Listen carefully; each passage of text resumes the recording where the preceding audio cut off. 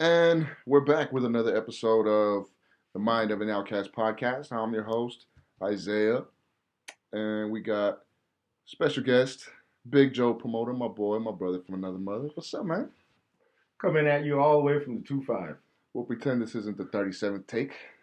What are you talking about? Exactly. It's the first time I've ever met you. It's the first time I'm talking to you right now. Yeah, so we got a lot of shit to cover because we got catching up to do. It's been years. Since Budweiser. Fuck that place. Fuck Nick Lamantia. Bitch ass. Yeah, rich, man. Privileged motherfucker. Fuck him and his dad too. Keeping the brown man down. He was keeping everybody down. He was keeping his own white family down. Damn. Anyways, fuck that. Fucking place. politics and shit. Everywhere you go. I just worked there for the beer and the bitches. Yeah. Essentially, that's all it was. It was the funnest. There was a lot of beer, a lot of damage, but no fucking bitches. A lot of damage. Damaged beer, missing invoices. I don't know shit about that. When I got that route, and then they gave me that first fucking check, the first fucking fat check. These motherfuckers kept a tab of everything that I had broken. Oh shit! So at the end of the day, I was like, "Oh fuck yeah, big ass check. Yeah, oh buy some fucking shit." $700 worth in damage. Damn. And then they jipped me out of another $300. What? Yeah. 300 on top of the set. So yeah. So what I was doing, I was taking that route to goddamn Alpine. So it was on Mondays on my day off. So I racked up about $300 on that, and then they didn't give it to me because I got the route. They're like, "Oh, well, you're on the route now, too." That was extra change for people that didn't have routes. Yeah. I was like, "Wow, okay." So I didn't get paid for that. Cool. It sounds like LMF behavior. Yeah. Straight fucking, work for free shit. Overworked, underpaid, for sure. Everywhere. The good thing about that fucking place, I could say, was like, luckily we got to work together a lot. Fucking Juice Man. Fuck around. Drink on Saturdays. On the route, get all fucking hungover by noon. Trying that big truck. And the good thing is all the bartenders already know is, hey, you're hungover? Here, let me get you a red beer. You good to go?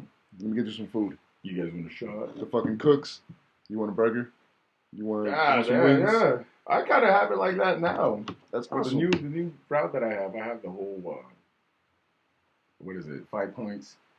Central area. Yeah, all nice. Central. I got Cincinnati, downtown, with all them fucking immigrants. Okay. And then I think the farthest one I have is Rib Hut on Montana. Okay. Completely off the grid, but that's my account for some fucking reason. But yeah. They take care of you there too? Fuck no. I don't even go. I call them like, yo, you need some beer? You need some shit? No, we're good. Yeah, man. Say less. Yeah. So what's up with you besides this? Same shit, dog. I'm a sales rep in training at Pepsi now. So you know my boy Felipe? Fucking Phil. Yeah, Philo. Pinche Fila. Yeah, that's a good cat, man. Nah, he was telling me, man, everything that goes south over there at Glaciers, just come over here. Word. Yeah, noted. He's good people though. He's been real fucking helpful as far as just. Yeah, he's a cool dude, man. He's good peeps, Felipe.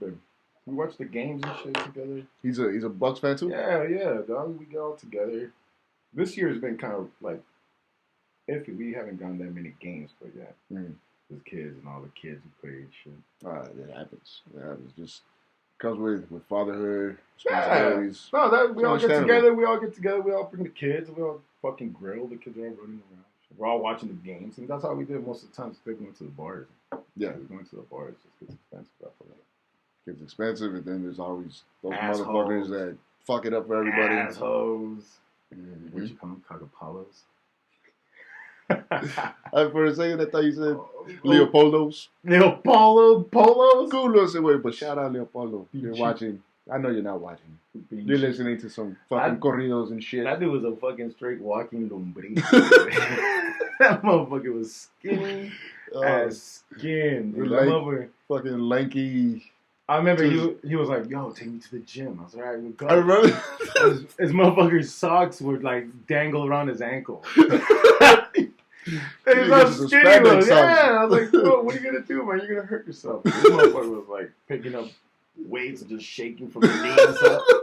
I was like, yo, okay, you can't do that. Like, what the fuck, bitch? What the fuck, bitch? What the fuck? Bitch, what the fuck? That's all he said. I was like, hey, fucking throw your back out, Smithers. Like, that motherfucker just crack, crack, crack. Oh my god. I can see his vertebrae when he would breathe. You know, I was like, damn, you need to eat. That imagery alone, shit. He still gets at me on Instagram and shit. Oh, okay. Sends me messages, but like dumbass shit, it's funny. It's a little older shit, but then Jews had like another 14 kids. Get the fuck. Yeah. So like after he left, he had another little girl on the 3 kids that he already had. So that was the baby, and I went to the house and I met her and everything. We're all hanging out and shit. And then I go without talking to him for about maybe like another 3 weeks, and bam, he has another kid. Wow. I was like, damn, how old is that baby? Fucking. He's like 12 now. He's like, I haven't seen you in a minute. I was like, oh, come on, man, you got, you know. It's been 2 weeks, motherfucker. Yeah, and he already got like a whole clan. That dude's got like, he's got it for sure. He's got like a little sweatshop going on over there with kids. I remember he was always a player, like especially at the bars. Always fucking, like me. That dude didn't say shit, and these broads were all like, oh, he's so cute. I was like, he barely speaks Spanish, like English. This motherfucker doesn't say anything. He just charges and sign here, please. Yeah. I was like, take your shades off, bitch. We're inside. That shit was so cool though, like rolling with you guys, because I was real fucking green at that time. I was maybe what 20, 23, 24. And you guys already had your set route. You already know all the bartenders. Yeah, man, that dude had been fucking paired up for a minute. And then I come in the pictures just like, hell yeah. If you get to fucking have some coworkers you enjoy going to work with every day, these are the 2 motherfuckers to do it with. Like, shit, man, I used to take the weed on the truck. Just fucking drinking.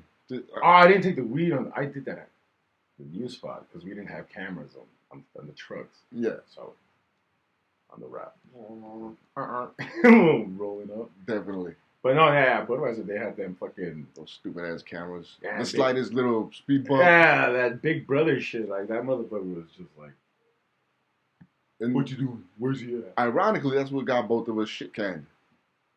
That's funny. Because I hit a little curb, and the camera went off, and then fucking Gil Bud was on the phone with me yelling at me. So I was like, man. Fucking Gil, man. I miss that dude. He's a good man. But yeah, man, it's cool. And then working at the bars like before that, like bouncing and shit, kind of like made it cool because when I got to the bars selling beer, they're like, "Hey, what's up, Tiny?" Hey, what's up, motherfucker? So like my boss was like, "Who the fuck is Tiny?" I was like, "Somebody you don't want to know." That's back in the day. That's not here nor there. Don't ask. Don't ask. Don't tell. But yeah, fucking beer industry was pretty cool. We did a lot of shit. It was fun. It was definitely the nights we ended up at fucking at Foxy's. Oh my god! Fucking remember Adrian? He pawned his phone to that chick for some lap dances. Yo, remember? I got it. We can't leave. I gotta go to the ATM. Yeah. What do you mean? I gotta get my phone back. What the fuck? What happened to your phone? I paid for some dances with it. I was like, God. I was like, what are you bartering some fucking lap dances? He's like, the fuck, the Middle Ages? I ain't got money, but I could put something on it. Here's a phone. I was like, man, it was a flip phone. That's the day we snuck in like almost a 30-pack after drinking hours. Yeah, and we were just stabbing them bitches in the bathroom. Yeah, we were fucking big. Yeah, that was stupid nice, man. Back in the day. That shit was fun. They closed that whole down too. Oh yeah. We went out on the Blaze of Glory before they did. That was a cool ass spot too, man. I remember I threw this is years. This is like fuck, I was still heavy set, dude. Mm-hmm. I went and fucking I had some change in my pocket. I don't know what the fuck happened. But the chick had gone off stage, and they're still bumping music, and they're like, "Oh, next on stage, some shit." Some girl, and then I was fucking lit. I just went up and threw a bunch of chains on the stage.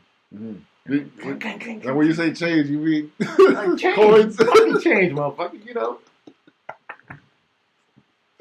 Lincolns and Washingtons all coined up, Oh my god. I'm fucking weak. So they're like, "What the fuck's wrong with you, man?" Like, yo. And the bouncer was like, "Yo, what the fuck?" I'm like, yo. I'm making it hail. Yeah. He's like, hail? Well, yeah, I ain't got bills. Like, least I could do is make it hail. And all it came, coins. Last time I checked, motherfucker, this is legal currency. That's what I said. I was like, shit, you might have to do some load of laundries later on. Bam, there you go. Watch the G-strings and all that. If they do. But yeah, man. They do. I got thrown. The bouncer laughed, but then he's like, all right, man, you got to go. But it was like already like 2:30. So yeah, it was time for me to go anyways. Yeah, I was up. I gave the last of my fucking, what was in my name, And yeah. But yeah, that's what. I help single mothers. That's what I do. Aspiring fucking psychologists, lawyers, nurses assistants. Yeah, all the girls. I'm just doing this. All right, cool. Whatever you said, baby. 48. I care about your education too. But yeah, it was cool running around the trucks, man. Those honestly were my craziest wild days, dude. Since then I've slowed down, I've calmed down. Oh yeah, tremendously. I'm hemmed up with a lady, dog. So it's like that's what's I can't do that shit. Congrats on that. Thanks. And that's what I tell her. Like she's always thinking, "Oh, you used to put the party all the time." I'm like, yeah, I used to.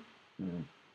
That was back in my days. Yeah, who didn't put the party back then? Exactly. You know what I mean? Yeah. Who didn't go out? I'm domesticated.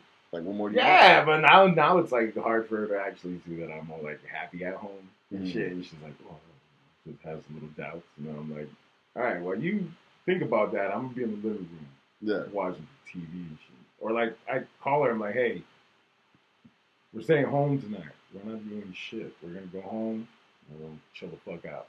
And she's like, "All right." So on that note, I had to throw these on. So I knew you were coming on. So you got some side effects? Sound effects. Be a man. Hell yeah. Fuck yeah. I showed that to my boss the other day. Thank you, man. And he's like, okay, it's cool. Let's go. Nice. So it was like, so one of my friends got picked up at work, and he's now like a DM. He's a manager. Okay. I took his route after he got picked up. So I kind of like followed Eric around, and now he's my boss. Crazy. But the dude's younger than me. And then there's that one. He's like, your boss is younger than you. Yeah, I told quit. Yeah, I told my boss, I was like, "Yo, check this one out." And then my boss sees and he just starts cracking. He's like, "You show it to him?" I was like, "Man, I showed it to him. I sent it to him. I fucking explained it to him." But yeah, he was laughing his ass off. But yeah, that one was hilarious. Boss is younger than you. Quit. Be a man. I had to stock up on those because I knew you were coming up. Man. I once I found that motherfucker, I was like, "Yo, everybody listen to this." Just the most relatable shit. Somebody sneezes, tell them to shut the fuck up. Tell them shut the fuck up. Hell yeah. And then that one motherfucker in the background just laughing like, yeah, he's always laughing at his shit. Yeah, there's some that there's some that are not that funny, but then you can tell the ones that are funny because even that motherfucker's like, be a man. You can't even finish it. I was like, that's a good one. Let's see, I got two more. I forgot which ones they are. I think it's... Fuck it, they're all good. Yeah. I resonate with that one so hard. I did that. Kids when they were smaller, they'd be running around with the dogs, and my dog would knock them out. Boom. The funny shit is they see you laugh, it automatically diverts them from crying, and they're just like, oh yeah. It's funny. Me. Okay, it's funny. You saw me. I was gonna cry, but never mind. Give a firm handshake. Yeah, that one's hilarious. I like the one where it's like if your bra threatens you to leave. help her pack. Yeah. That's just hilarious. I'll be doing random shit like that to her sometimes. Just to catch her off guard. And she always passes the vibe checks. She doesn't fucking flip out. She's just like, that's what's cool, man. Mine's been putting up and learning to put up my fucking random bullshit. Like, I'll just be chilling and I'm like, hey! She's like, what? And I just keep walking. Like, I don't even finish. Like, I just keep doing whatever. Oh, like, I find something else to do. She's like, what? Just ignoring. She's like, what? That's it. And I'm like, hey, babe, knock, knock. And she's like, who's there? That's it. And then she's like, you gonna start with your shit again? I was like, again? I haven't stopped. Yeah, she puts up a lot of that shit. And that's when you find one of those, it accepts your random bursts. Yeah. And you just put in the most fucking awkward situations. Yeah. It's just like her. Oh man, I busted out my type of shit where we'll be at a stoplight at a four-way intersection. I'll blast my shit. I'll get out. I'll step on my hood and I'll just start doing like the robot or some shit. Oh, kind of like a non-moving Ghost Ride. Goes riding the whip without it moving. Basically, goes parking the whip. Goes parking the whip and robot dancing on the hood. Oh, like a goddamn. I'll go out of my way to fucking embarrass her just to push her limits. And like a Soul Train Chinese fire drill. Yeah. I like the imagery on that one. Yeah. Just like start humping the door, like, and like, everybody's like, yeah. I have to keep her tolerance up there because if I start letting up and slacking with my fucking craziness, like what do you mean slacking? Yeah, like the growing up aspect of it. Like, I'm too mature to do that. I have to act my age. Like, no, I can never go that route. I never want to be my age. Who says that? A lot of people do. Like, I act the way I feel. Exactly. I don't. And that's everybody's like, oh, how old are you? I'm like, at 40. Oh, well, you look like you're 33. I was like, yeah, but like my joints say different. Yeah, my tendons and shit. I feel like I'm 75. My body is I feel like far superior to my fucking mentality. I'm a teenager at heart still. Yeah, I'm an asshole and shit. I have fun. Yeah, I mean, not full blown fucking teenager where I don't consider, other people's safety or well being. Like I'm not fucking reckless. That's gay. That's just. I'm just fucking with you. That's just. Yeah, we all grow up. Yeah, to an extent. Yeah, you don't do the big daddy thing anymore, where you throw the stick on the fucking rollerbladers, right? And then pow pow. I never said that. Wow, you might have. Yeah. Motherfucker, sometimes they have it coming, man. Why you rollerblading? Like, you should have fucking thought about that coming out. You knew you were going to fall down sometime during the day in the place. Do that with the hoverboards. Fuck that. I don't want to. It's the new shit. Mm-hmm. I busted my ass once on my son's hoverboard. I can't afford right now to bust my ass. Like, I can't afford like rehab or. I just went through the physical therapy process. I got fucking crashed on Halloween. Yeah, you're showing how that what happened. My shit got totaled. I was going through I'm gonna have to edit a lot of this shit out. You got back-ended? Yeah. So I was going down Marwood and back-ended. Some motherfucker cut me off. No, 9 times out of 10, I let the shit go just because it's not worth it. But he was so fucking close to hitting me, and he didn't have a signal light on. You had to look. So I was like, motherfucker. Like, I'm on my way to my last stop, bro. You were this close to hitting me. I was just like, I pulled up next to him because he didn't let me pass. So I ended up getting on the side of him. I was like, and he just starts cussing and shit. And his fucking punk ass, whoever his passenger was, throw some shit at me. So I was like, this is what we're doing? That. And this what sucks now, man. There's a whole fucking gun law where people don't need fucking background checks. You don't need to be like 21. Like anybody, as long as you're 18, you can buy a fucking gun. Yeah. Anyway. How you feel? And everybody fucking has a gun now. Like everybody's fucking strapped up, fucking kids among you that are still in high school. Mm-hmm. And it's not back to the way where you can fucking throw down like back in the day. Like, yo, what's up? No, it hasn't been for a while. Slap each other up. Fucking You know, Be a man. Let's teach each other a lesson and be on our way. Mm-hmm. Nah, motherfucker yells at you now, and you fucking respond with a fucking similar kind of fucking reaction, and then what happens? Boom! I was like, oh. Someone's dead, someone's in jail. Yeah, you know what I mean? Yeah. Like, everybody's getting shot now at the clubs, outside in the parking lot. It's always some petty ass shit. Mm-hmm. But yeah, it's like, now I'm like, I don't know. Remember when fucking Chris Rock said it, man? He was like, make the bullets expensive. Yeah, he's like, yo. Now when shit happens now, like, unless it's like something really, really fucking bad, like if I'm at kids or my lady with me or anybody with me, and it almost like fucking hurts us or it's fucking damn near like physical, then I'll fucking step in. You know, somebody's attacking, I'll fucking. But it's like Chris Rock said that one time in the show. He's like, yo, if a nigga steps on your Puma, let it slide. Oh, yeah. Why do it 20 years because a nigga smudged your Puma? Yeah. You know?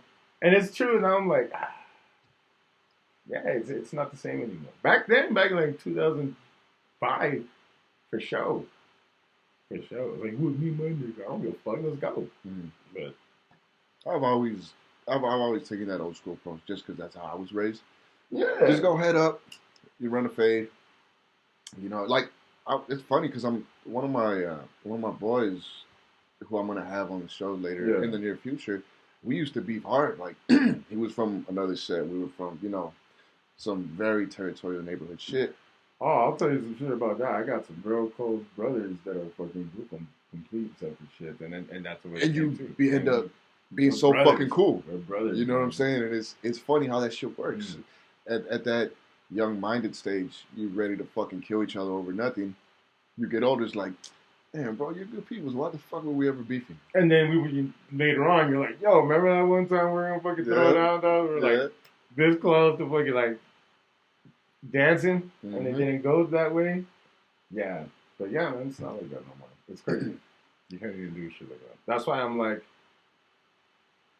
we're staying home. Yeah, for sure. Now that we got the crib, you know, I like being in the backyard trying to get the grass going, chilling in the house. Just some dad shit. Not so much dad shit, because like my kids, they live with their mom majority of the time, but when they visit, they chill, whatever. But it's like, it's just, for me, it's like just, I don't need to be out in fucking streets, being on the malandro or looking for shit or no, of course, having to go to wanting to go to a bar to get twisted.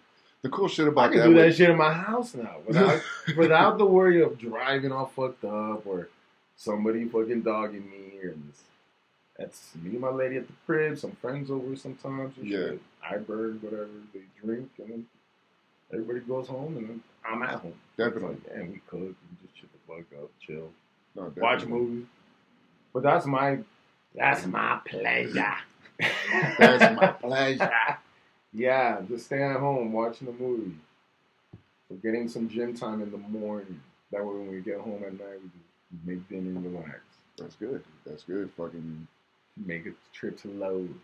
I try to just fucking, I've been trying to go out a little more. Like, I felt so fucking introverted after the whole pandemic shit that I got so accustomed to being home and shit. So I wouldn't like to be out and socializing and interacting with people. Like, I try to stay the fuck away from the fountains as much as possible, just because. I ain't got no business at the fountains, dog. I'm telling you right now, I don't have that kind of money to be spending freely at the fountains. Yeah. And like, I don't like anything that they sell at the fountains. Like, I can't afford Rolex. For sure. Fucking everybody and their mom's at Corner Grill. Chewy's fucking sucks, from what I heard. You know, that bland ass fucking Taco Bell food. Fucking Twin Peaks is fucking loaded Taco with Bell perverts. You know what I mean? It's like, and then I think it's crazy. Like, I'll go and service, like, when I was still relieving a salesman, like a backup. I remember I would have to go to like Twin Peaks and that, and I was like, God damn! Like, I would go just to get orders or to like service their draft system. Like, hey, this shit's not served, like porn right. But it just baffles me, man, that these motherfuckers are there with their families and little kids and shit. These bros are like, you know? Ojos locos, goddamn. Pervert central, man. I'm not cool with that. I haven't been around all that shit in a minute, dude. Like, I can't remember the last. Like, I go to Hooters because Hooters is the shit. I don't. I love the food. I love the buffalo shrimp, the wings, sliders. We used to go when we were younger. It's just like now as an older, it's like I'd rather spend my money somewhere else. Family oriented. Not that, but maybe I want to fight a fat fucking ape that night, and we're going to Hooters, or be around a bunch of mosquientos and pinches miados and shit like that. Yeah. Nothing but dudes in there, right? Majority of the time, thinking that they all have a chance with those broads and shit. Whatever. It's probably the same dudes that you see at a fucking titty bar wearing basketball shorts with no underwear on. Hit on a broad, you have absolutely no chance with. Yeah, make her day. Be a man. But, yeah, man, I don't like going to those spots. It's like, motherfuckers know how to act out sometimes. I don't even like the food. Sometimes I thought it was just too breaded. The chicken. Hooters is always a go-to for me. Yeah, like if I want to go out. Fucking water burgers. I'm trying to cut down with the fast food. What the fuck you think Hooters is, ho? Again, it's just you sit down to eat there and you're like, they're cooking Whataburger and fast food, that's way more accessible than Hooters and way more convenient. You could go. Yeah, but imagine if Hooters was like on every corner. I bet you. Come on, you'd be like, I would probably retract my statement. Yeah, you'd be like, this is 2-pack. I'm gonna go over there. That's like it's like a guilty pleasure for me, but it's like a special once a month type shit. If that, because I don't like to overindulge and lose that fucking, I have this so often, I don't like it anymore. You get tired of it. Yeah, I like it every so often where I enjoy it. And it's like, okay, it's going to cost me some money, but it's know. It's like a self-gratifying reward. Yeah, I use it like that. Therapy for yourself. Yeah, I do that at G2. I'll go in at lunchtime. It's sick-ass lunch. I did that for my birthday. When was your birthday? May 31st. Oh, shit, okay. I went by my fucking self. Like at lunchtime. I was at work, and then so happens to be G2 is one of my accounts, so. See, you caught me off guard. I didn't even know that was a fucking place. Well, G2. Right down Cincinnati. I'm telling you, dude. Cincinnati and Stanton. I don't know shit about any of the new spots. It's not new. It's been there for years. Really? Only a Chico Man. You never been out there in that side of town? Nah, I'm not familiar with. You ever been to Rock and Cigar in Cincinnati? I delivered there once with Carlos. Okay, well, like the little black corner with all the glass facing Stanton. It was next to it's next to around college King's X and all that shit. Oh no, oh, that's further down. Yeah. King's X. Is Cincinnati district. Yeah, okay. Yeah.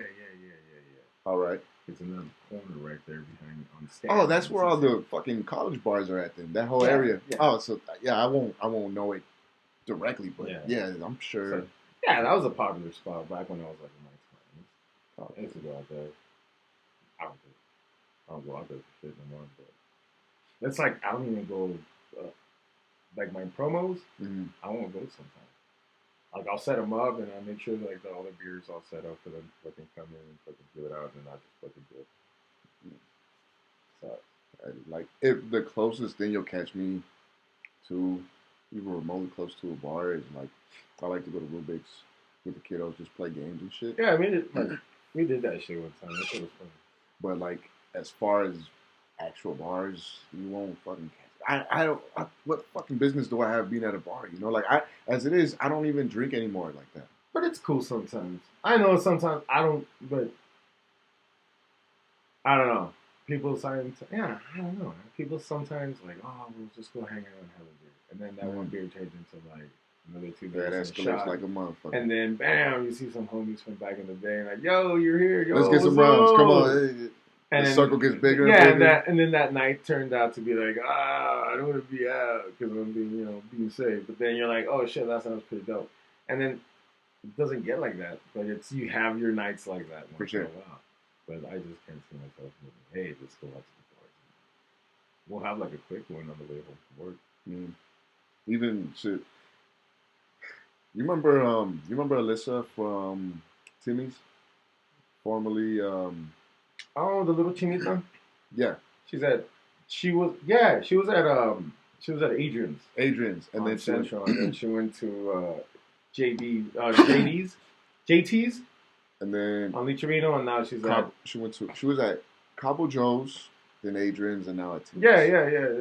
Mm-hmm. Yeah, she's cool as fuck, man. Yeah, like One night, one day, I was delivering to Adrian's right there in Central, mm-hmm. and then like Alyssa was like, oh my god, I'm so tired. We were out last night. I was like, damn, girl, fuck. And then she's like getting me a check. She's like, dude, look how tired I am. And then I looked down, and then she's wearing 2 different shoes. oh shit, damn. And I started laughing, but I was like, rough night. Yeah, Yeah. yeah, like even because I'm still real. I've Like I've known her. Sweaty balls. I've known her for I want to say like 15 years. No shit. Since high school. She Damn. used to date one of the homies. And she was always good people. She, you know, she's real cool, fucking laid back. She's like one of the dudes. She always, every time that I saw her like delivering, she was always super cool. Nothing like, not like all stuck up. No, she was like, hey, what's up? I'm like, hey, what's up, bro? Yeah. Now I see her too when she's at Timmy's. Mm-hmm. And I'm like, damn girl, what's up? She's like, hey, what's up? But then that's like, it's not my account, so I just go in there once in a while when they have meetings or with like, the owners and shit. But yeah, she's real cool, man. Yeah, like that's the only reason I've been in a bar, like used to go chop it up with her. You know, just to like, oh, hey, what's up? How you been? Yeah. And yeah, she's actually finally quitting bartending. She said that they've been doing it so fucking grimy. And it's like, yeah, man, that's how. That's a bar business, man. Yeah. They can replace you in a fucking heartbeat. Yeah, everywhere. Any job. Mm-hmm. It's crazy. But, you know, they always look for the pretty faces. All the fresh meat and all the girls. Yeah. Like, hey, they can tell you, hey, sex sells, so the sexier you are, the more money you're going to make. You know, degrade yourself if you want, but, just pay your fucking tab at the end. For sure. Yeah, they don't care as long as they're bringing in that revenue. And they tell the bartender, if you're going to bang out the customers, just make sure your ass is back at work the next day. Hey, don't bring no drama. Don't bring any. That shit yeah, that shit was crazy. This chick was doing some crazy shit. Like, I trip out on all the shit that we would see. You're like, what was that one spot? Well, this is like us delivering beer, man. I saw some crazy shit bouncing. Mm-hmm. When I was at Far West, man, shit. Far West Rodeo. We threw down with Busta Rhymes and his boys. Oh, that shit. one time Busta Rhymes came here and he got arrested, and he like came out on MTV and BET. Like Busta was at Pebble Hills. Oh shit! And that his boy Spliff. Uh-huh. Yeah. So we were working that concert. We were doing security, and fucking, it was crazy because I was working the fence right in the front of the stage, and fucking Buzz. I look around, Buzz was like fucking right behind me. Not even like a song and a half, and all hell breaks loose. Like fucking, I'm like fucking standing there, and I just see fucking all sorts of fucking cops start rushing the stage, like jumping on stage. Yeah.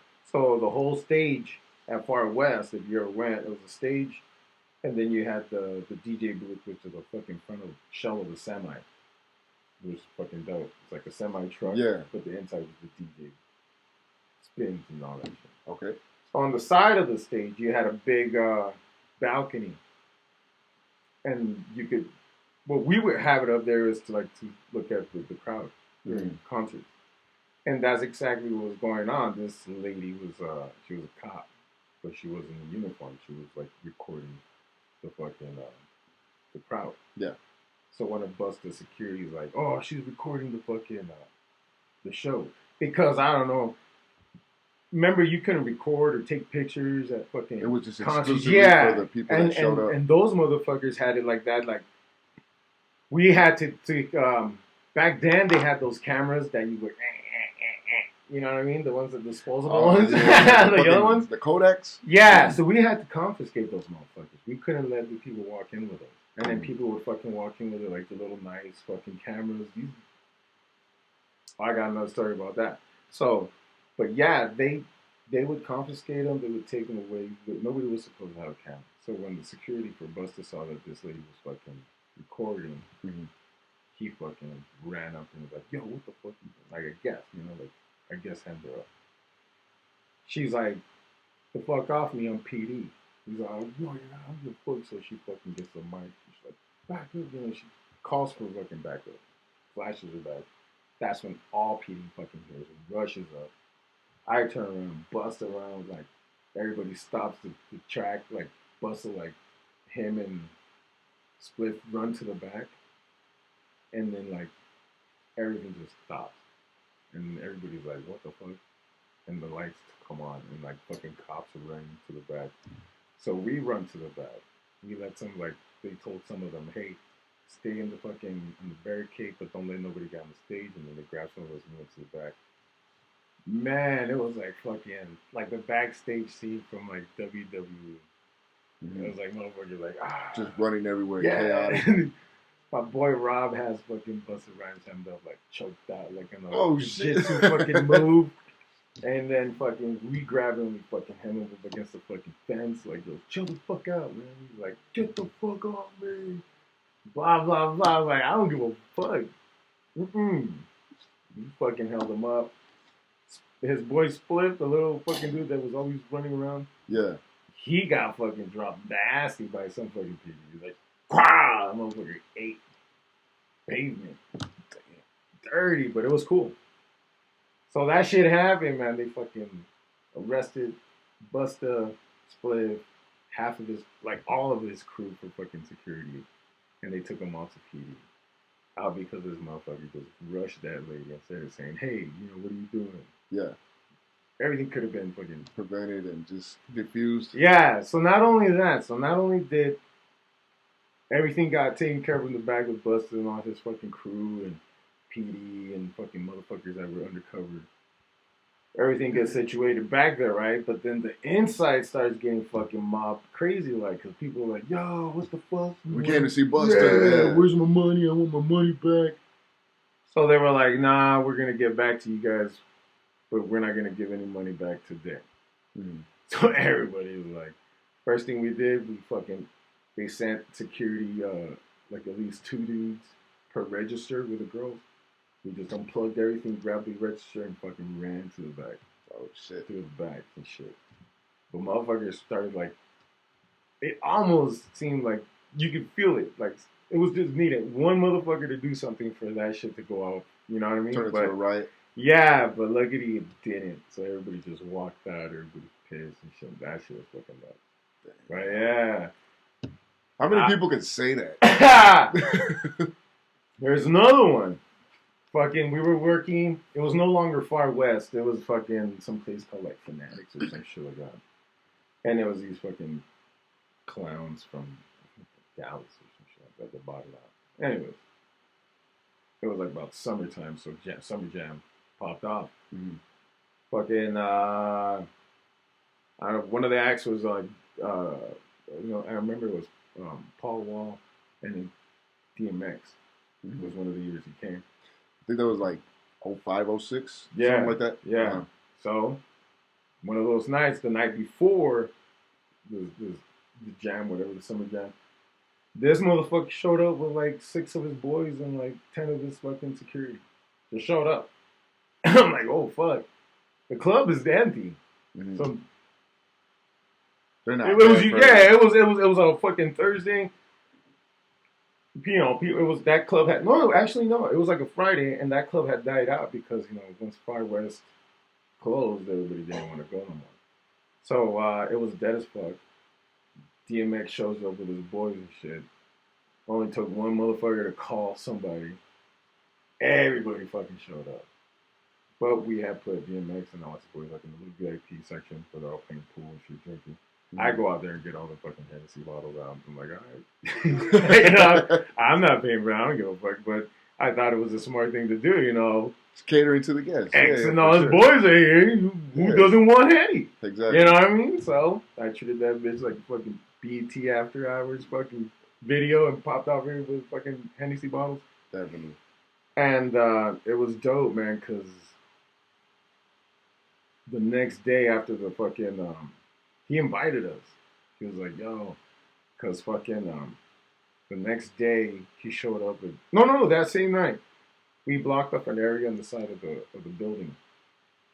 And then my boy Shaggy was like, yo, should I give this to Axe? I was like, what is it? He pulled out like a little ounce of fucking dope, like some weed. Yeah. So I told his manager, I was like, yo, my boy's got this for X, man. What do you guys down? And he's like, yeah, but give it to me. Because I told X, where DMX was, yo, man, I got some bomb for you. He's like, all right, but give me my boy and shit. So I got with him, I give it to him. After he did like a little set with like the little crowd that we got, we got him off stage and shit. And we went to the side, and then the boss at the time was like, all right, Joe and Shaggy, let's go there. And then like DMX was like, no, leave them here. They're gonna chill with us. He's like, what? He's like, yeah, they're gonna stay here with us. Like, all right. So they blocked everything. The whole time his boy was like rolling a couple blunts and shit. We get to the side, boom, we start fucking rolling fucking big old circular motion of fucking blunts. And I was like, yeah. Nice.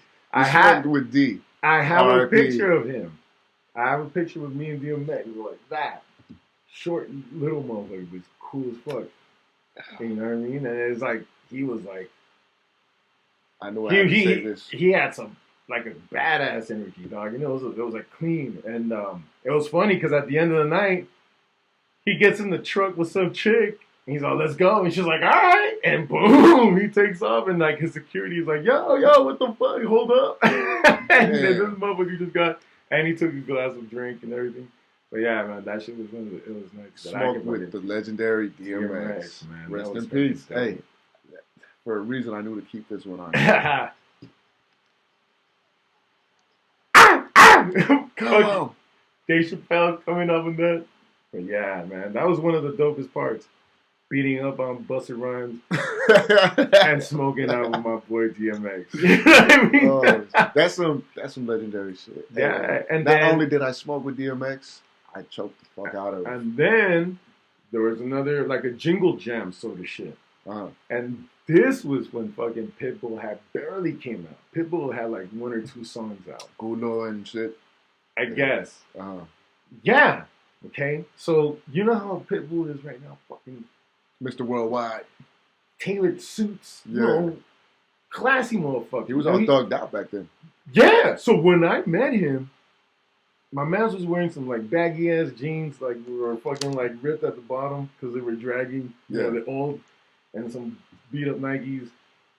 A fucking Miami Dolphins Dan Marino jersey. A Marino jersey. Yeah. This was. And then a brown leather jacket. Like that. And then his boys were all walking around like, oh, yo, Mexican mommy, yo, coño, blah, blah, blah. You know, I was like, yeah, all right. Straight up Cuban. Yeah, calm down, guy, you know. But yeah, that shit was crazy.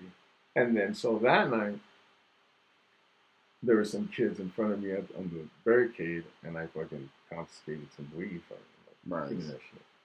Delinquent Habits was here, too. Oh, okay. So I met them cats in the back, and I was like, yo, I got a little something for you guys, man. Here you go. I was like, I know you guys from out of town. I don't know if you bought some shit, but here, pow. And he's like, what? Word. But then the guy's like, yo, go with us to the van real quick. So we fucking got in the van, bro. It was fucking lit. Nice.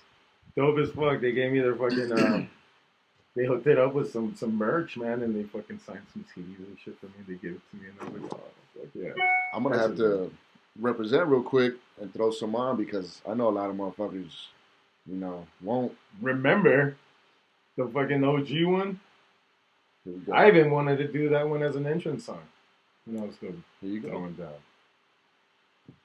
Not that one. Come on, man. I thought it was. I know exactly what you're talking about. The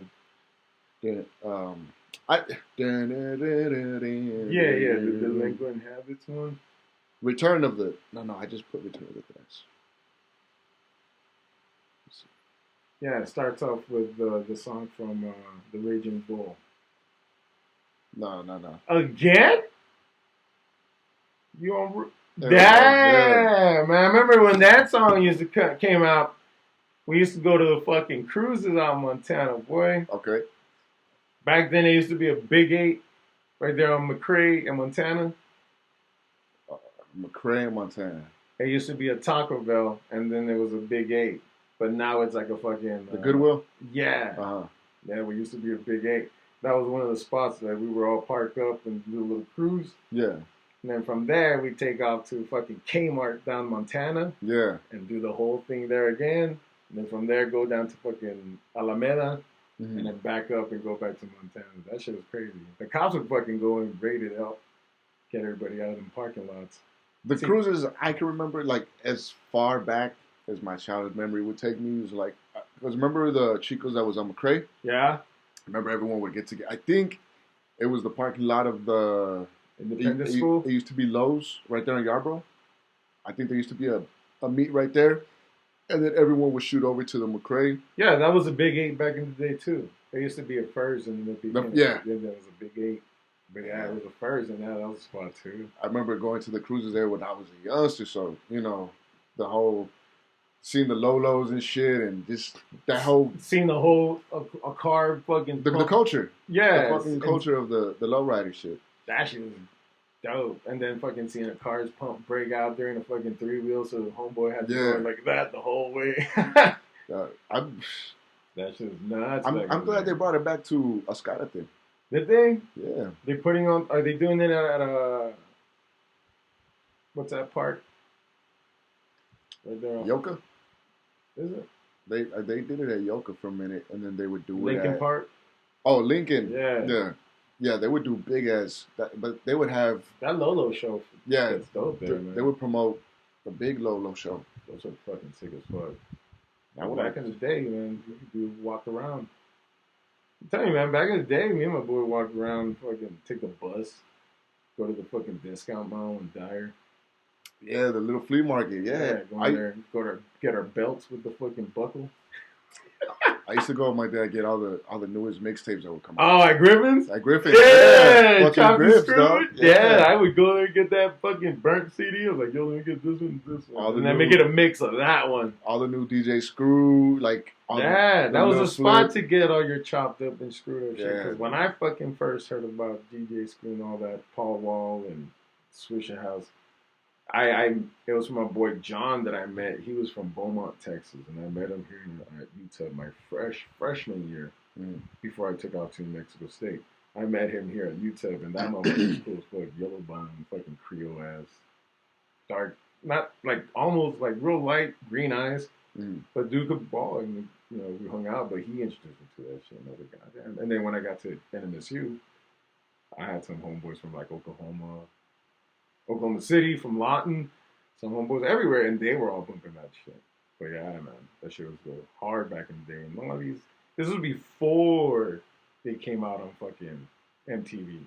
Before Still Tipping. When it was still underground. For sure. When it was still all fucking freestyles and shit. Yeah. You know? And then fucking DSR also. Then they all became mainstream, and then I was like, I don't like them. Yeah. The mainstream shit can really, really drain the fucking... Look at Slim Thug. Slim Thug used to be hard as fuck. I haven't heard some of the recent shit because of that. Because I used to like that old shit. I stopped listening after that album with the I Run the Streets song. I heard that, I was like... Pace. Yeah. Mike Jones is... Where's he at? Who? Exactly. Yeah. They emphasize the who now. Huh? Like, I'll be fucking around and just, you know, like you've seen a lot of, when I had Facebook, all of my posts, I just put fucking my mind straight up. Well, that's what it's for. And I'll put like 281-330-8004 and people be like... I called that nigga a couple times. I remember that shit. Yeah, but it got to a point where it was already like disconnected. It's like, yo, this number don't work no more. Alright? Oh, shit. But yeah, man. I remember people would ask me, yo, why the fuck you posting your number up? I'm like, I gotta unfriend you, bro. Like, you don't know whose number that is. Right. Yeah, we probably won't have more common ground then. Dang. Maybe. Who knows? But yeah, that shit was back in the day. It was crazy. And now you got little motherfuckers all named Lil. Aidens. Lil. Oh, Lil you talking that, about? Yeah. Lil him. Young. Lil this and Lil.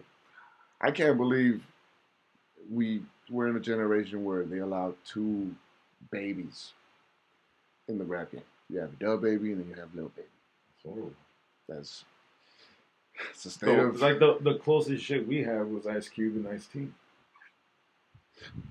But baby. But yeah, and then baby. Yeah. Dub Baby, Lil Baby. Like, and I try not to fucking hate. You know, I try to give a chance. You know, give every rapper a chance. It's like, okay, you might have all these trash songs, but they just make it so hard. They make it so fucking hard to Little asthma pump. Yeah. Little Windex. Yeah, little Wheezy. But where we have a Wheezy? There's another, and that was the only little we had we needed. Little Wing. Big star, yeah. Because it was back then. There was a whole bunch of fucking Lils. Like that didn't make it. Yeah. They didn't get that marketing. That the dudes publicity. from goddamn. No Limit. Remember them? Oh, fucking Silk the Shocker. He got on just because of P. It was dun dun dun dun. How the fuck do you? Dun dun. How do you get on a rap song? Rap off beat and have these just fucking unconfident, whack ass, insecure freestyles and verses. I've been in the streets and I got my get. Shut up. The beat's hard as fuck. I fucking spaghetti. 8 Mile. Wait, okay, so like I go outside sometimes and be like, I have some weird ass fucking people on my job, like riff rap. I fucks with riff rap. Exactly, that's what I'm saying. There's fucking at first glance, there's weirdos and shit that you just like. I don't want to listen to that shit, but you give it a chance. You listen. You're like riff rap shit for some odd reason. Like there's a lot of people that fucking talk to it, and I get it. Yeah. But then you're like, yeah, you listen to his shit, and like a lot of it sounds like it doesn't make sense, but in a way it kind of makes sense. Like if you use it metaphorically, how he puts it, it's like, oh, maybe he's talking about something else and blah blah blah. That's why I say you have to give people chances. Sweater, you know what I mean?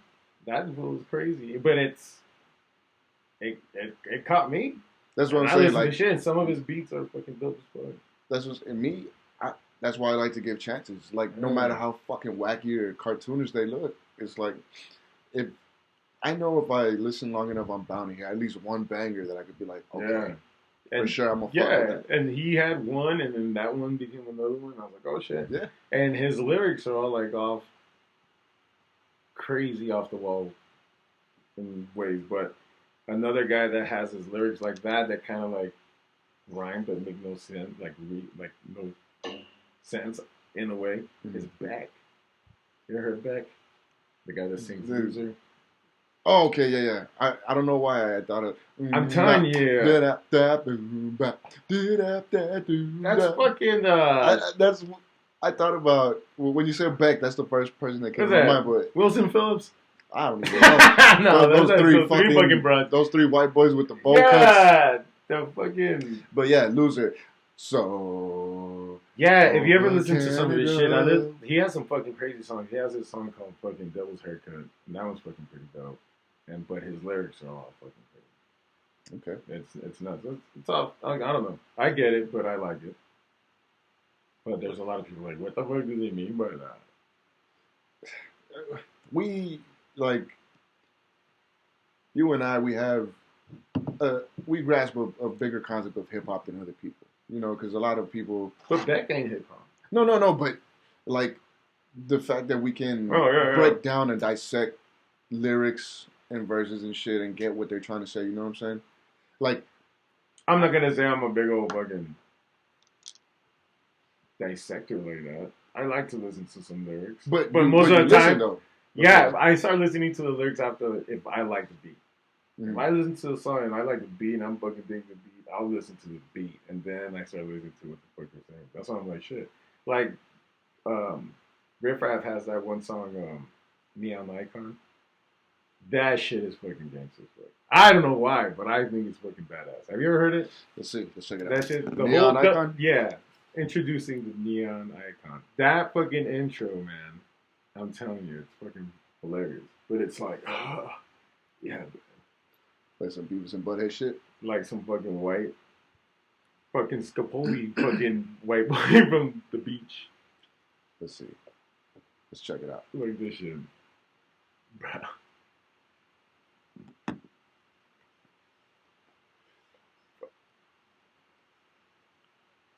Chase down. So this is just like an intro? Yeah, listen to it. Jody High Roller? Smoking. Look. What?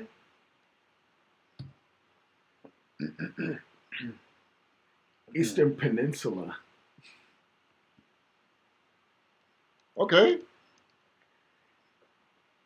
Oh, shit.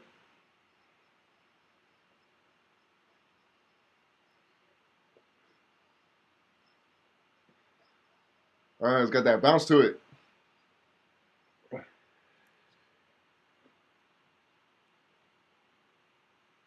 Okay. I can. Hey, Julia Styles, Save the Last Dance. I can give this a chance. It's crazy.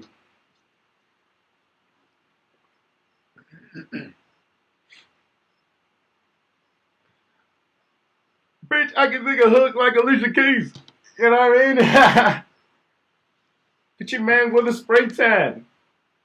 You said I'm the white Gucci man. It's the white Eddie Murphy. And this is pretty dope. It's crazy. And then he has one called How to Be the Man. That one's even fucking pretty hard because he has it with Paul Wall and Slim Thug and with them too. How to Be the Man. That one's fucking good too, man, because I'm telling you, I heard it. I listened to this because my daughter Brianna was like, hey, Dad, listen to Riff Raff on that song, Tiptoeing in My Jordan. So I listened to it. Yeah, that shit was fucking funny. And I started listening to it. And all these songs started popping up. And I was like, God damn. All right. Speaking of some witty rapper type shit, have you heard of Young Gravy? Mm-mm. You'll like that dude. Have you heard of Steak Knife? There's a rapper named Steak Knife? Back in the day. He was on one of those fucking rap battling fucking shows. But yeah, I don't know. But have you heard my boy Blind Fury? Blind Fury, he's a battle rapper? And he's blind. I think I have. He came out on that fucking show with Diddy back in the day where he was fucking doing battle raps and this motherfucker was like grilling everybody. And he was like talking shit. He got some crazy shit. Okay. I can't believe I slept on this shit. This shit is pretty dope.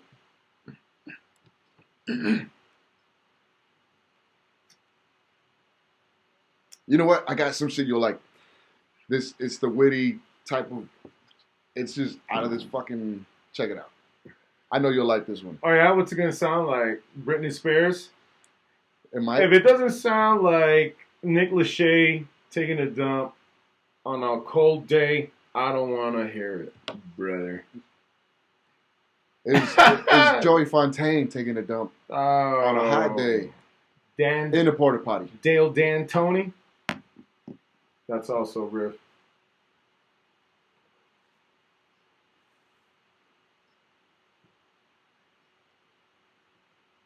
Okay. Listen to this shit.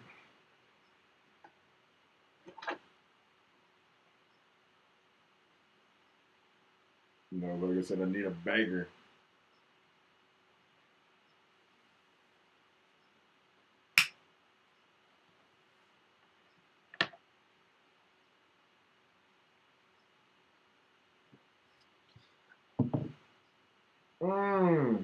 We should have rolled a blunt.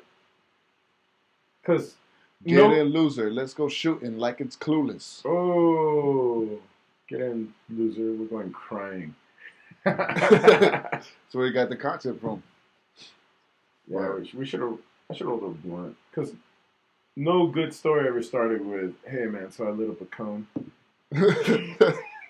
We did a badass podcast to a cone. We could be the first. Yeah, but I mean, I don't want to break that boundary yet.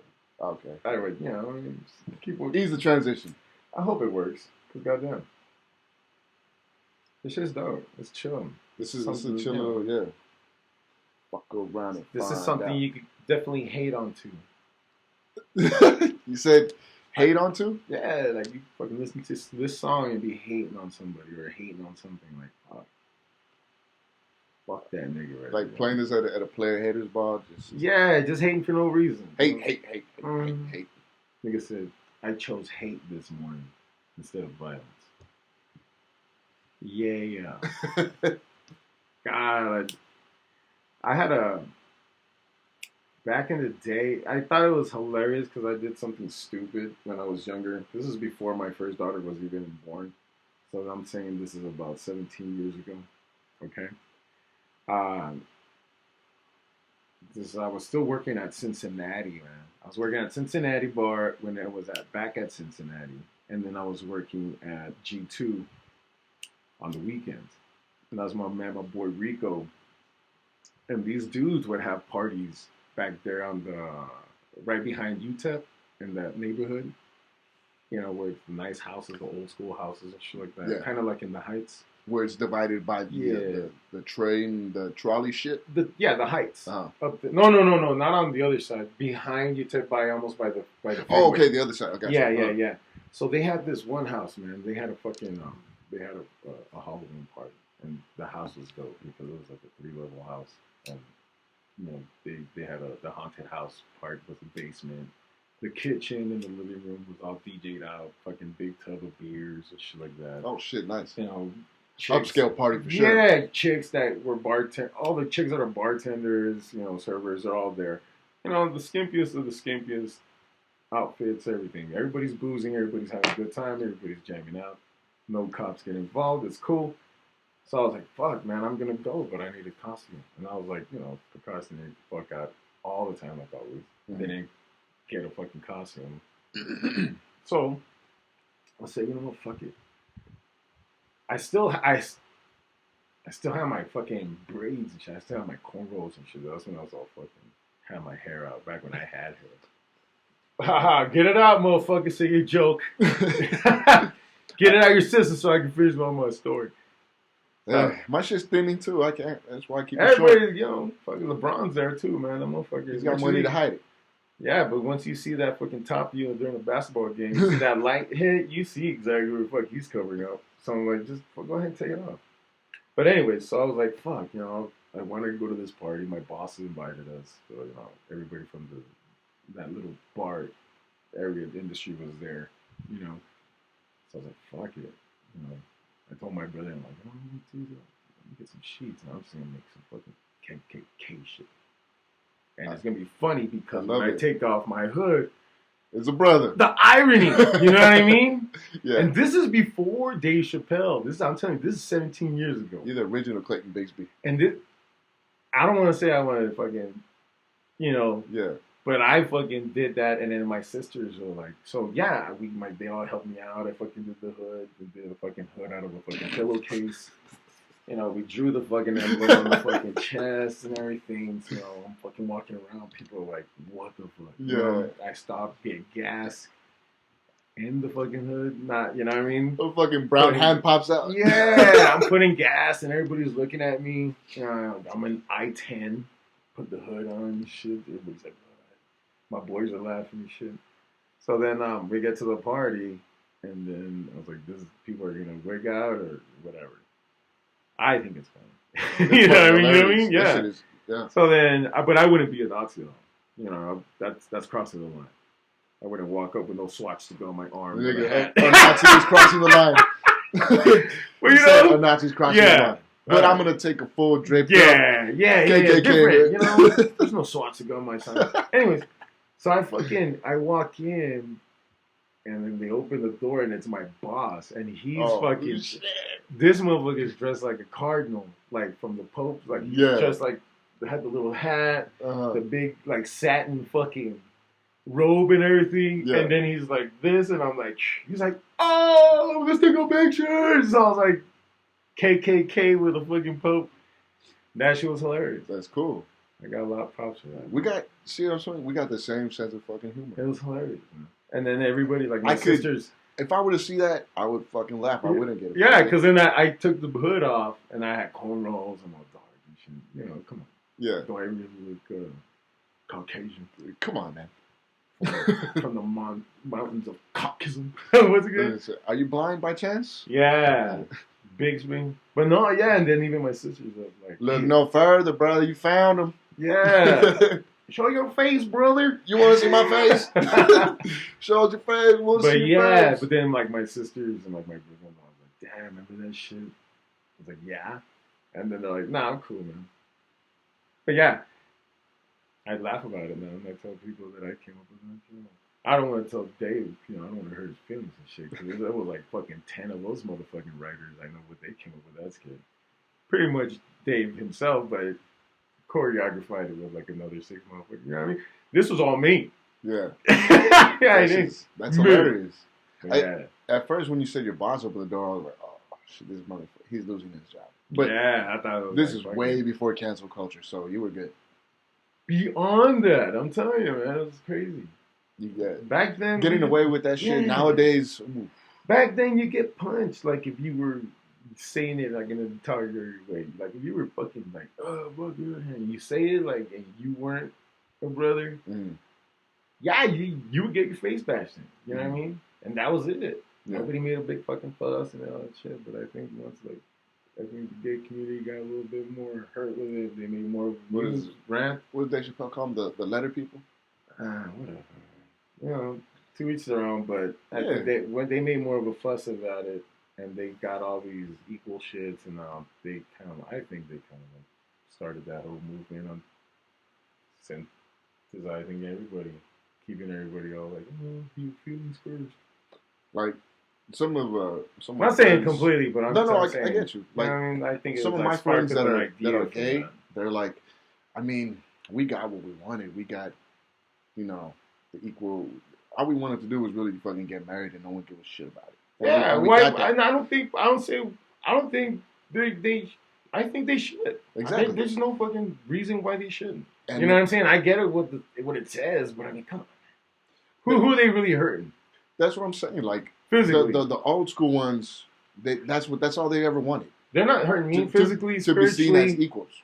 Yeah, that's cool. Why not? You guys gonna get married? Other motherfuckers are just pushing the boundaries. Like, what else can we get? I just think that it sucks that some of them wanted to do it like in the church and everything, and the church was all super fucking opposed to that. And I think that's another fucking thing. And I get it. I see why they would, you know, they're part of the religion too. You know what I mean? They do their fucking start their own movement by all means. Yeah, but they're a fucking part of the religions, and they follow their fucking, you know, whether they're Christian Catholics or whatever and all that stuff. But maybe that's one of the reasons too. I mean, the church would have been like, I stopped.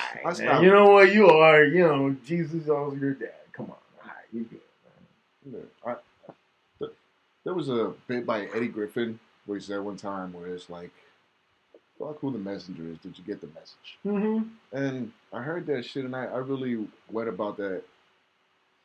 You know, I applied it to my life a lot because it's like, fuck, man. Everyone's so consumed in religion. And I don't want to fucking crush dreams. I don't want to start anything.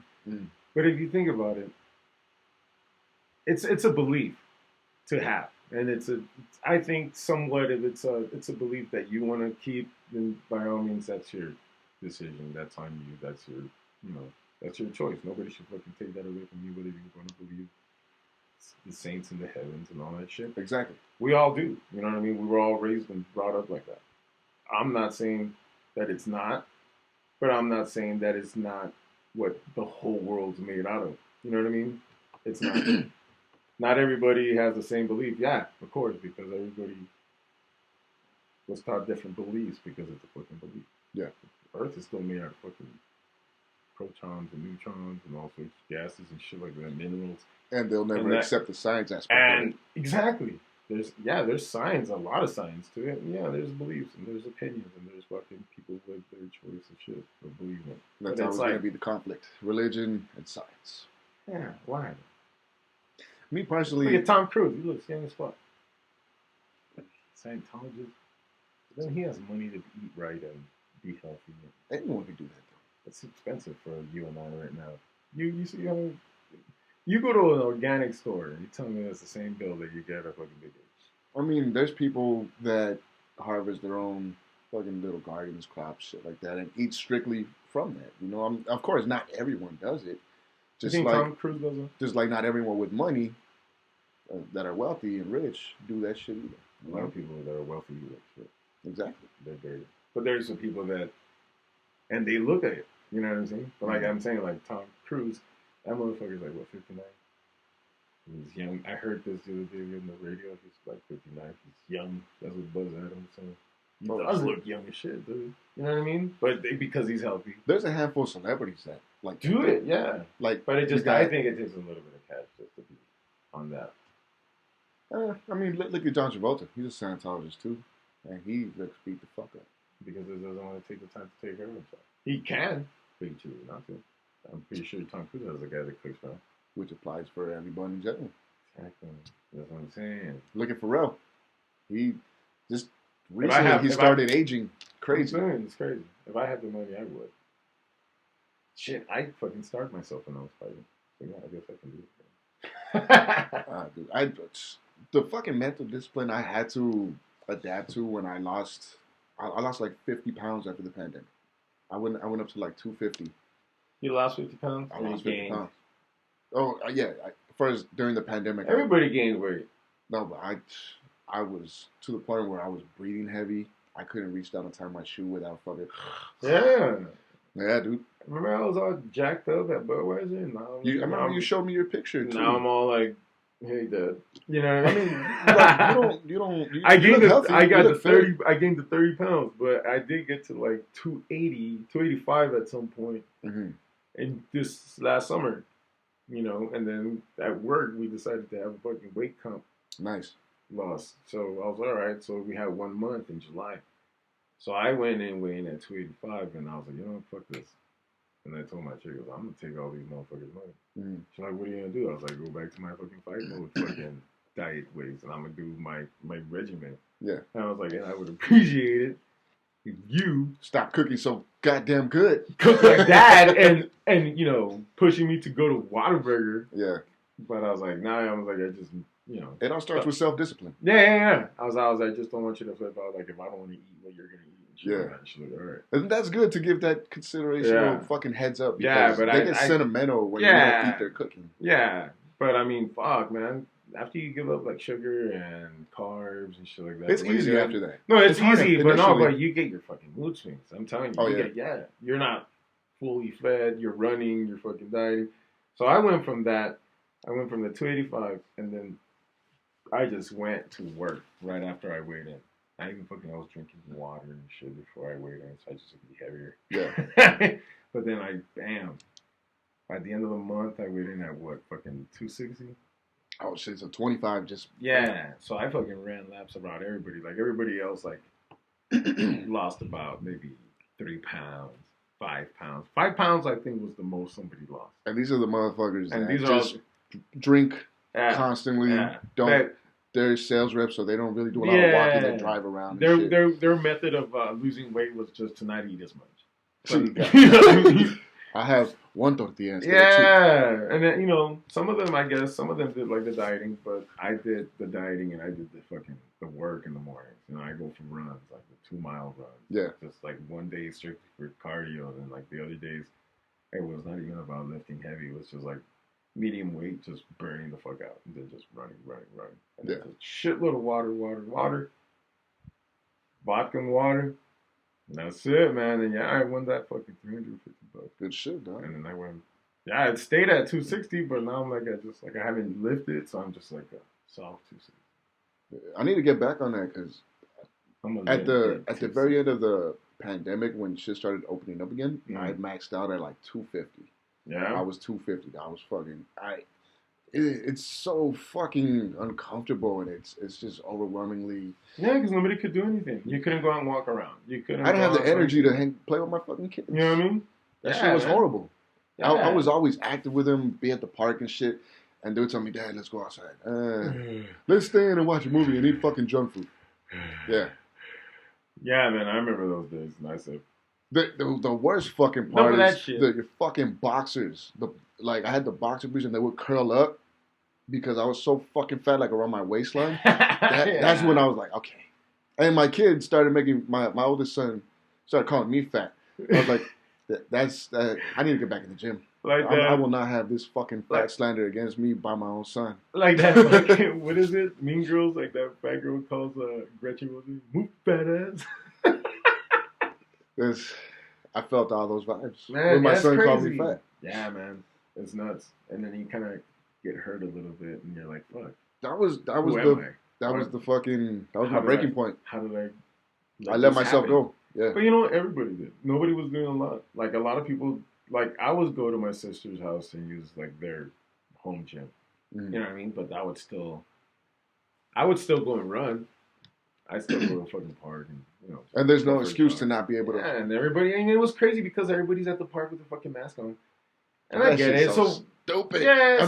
So what I would do, I would just run on the fucking, because, like, the streets were fucking empty. Remember that? Like, yeah. Everybody was. Dude, remember I-10? Just fucking dead. So, like, at Album Park in that area, dead as fuck. You know what I mean? So I was like, I would run on the street around Album Park because everybody's like walking with the fucking mask. And I was, it was just packed, and I didn't want to be like. And it was in the fucking prime of the scare where you couldn't even get close to someone. Yeah, and I was like, God damn, man, it's like this thing was just out to take out people with, like, you know, fucking symptoms that already had that were respiratory problems. Yeah, no, I think it was more of a fucking population control that got out of hand. I think so too. I mean, I don't want to dwell too deep into the conspiracy of it, but it's a virus. Oh, but we have a name.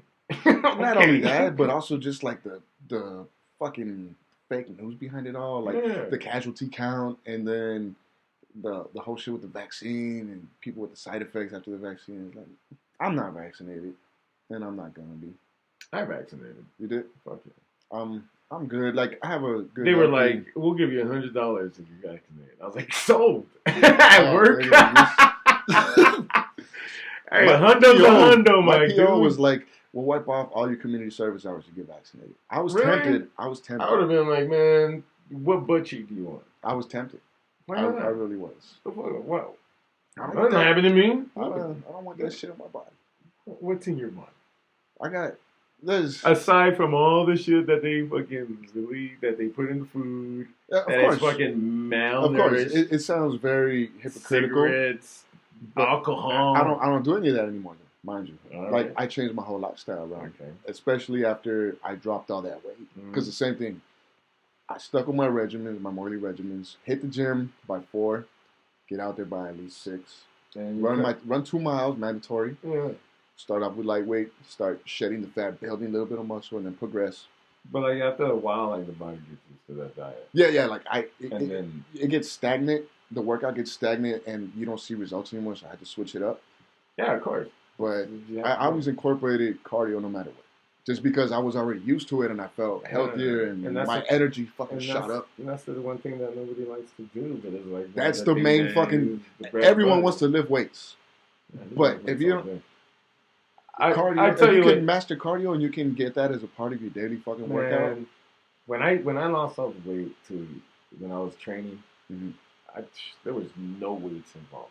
It was all like fucking cardio and eating right. Cardio, the dieting, all the training, and the cardio on the side of training, like on your own. Like, because I had Album Park right there. Like I said, I would go run for whatever.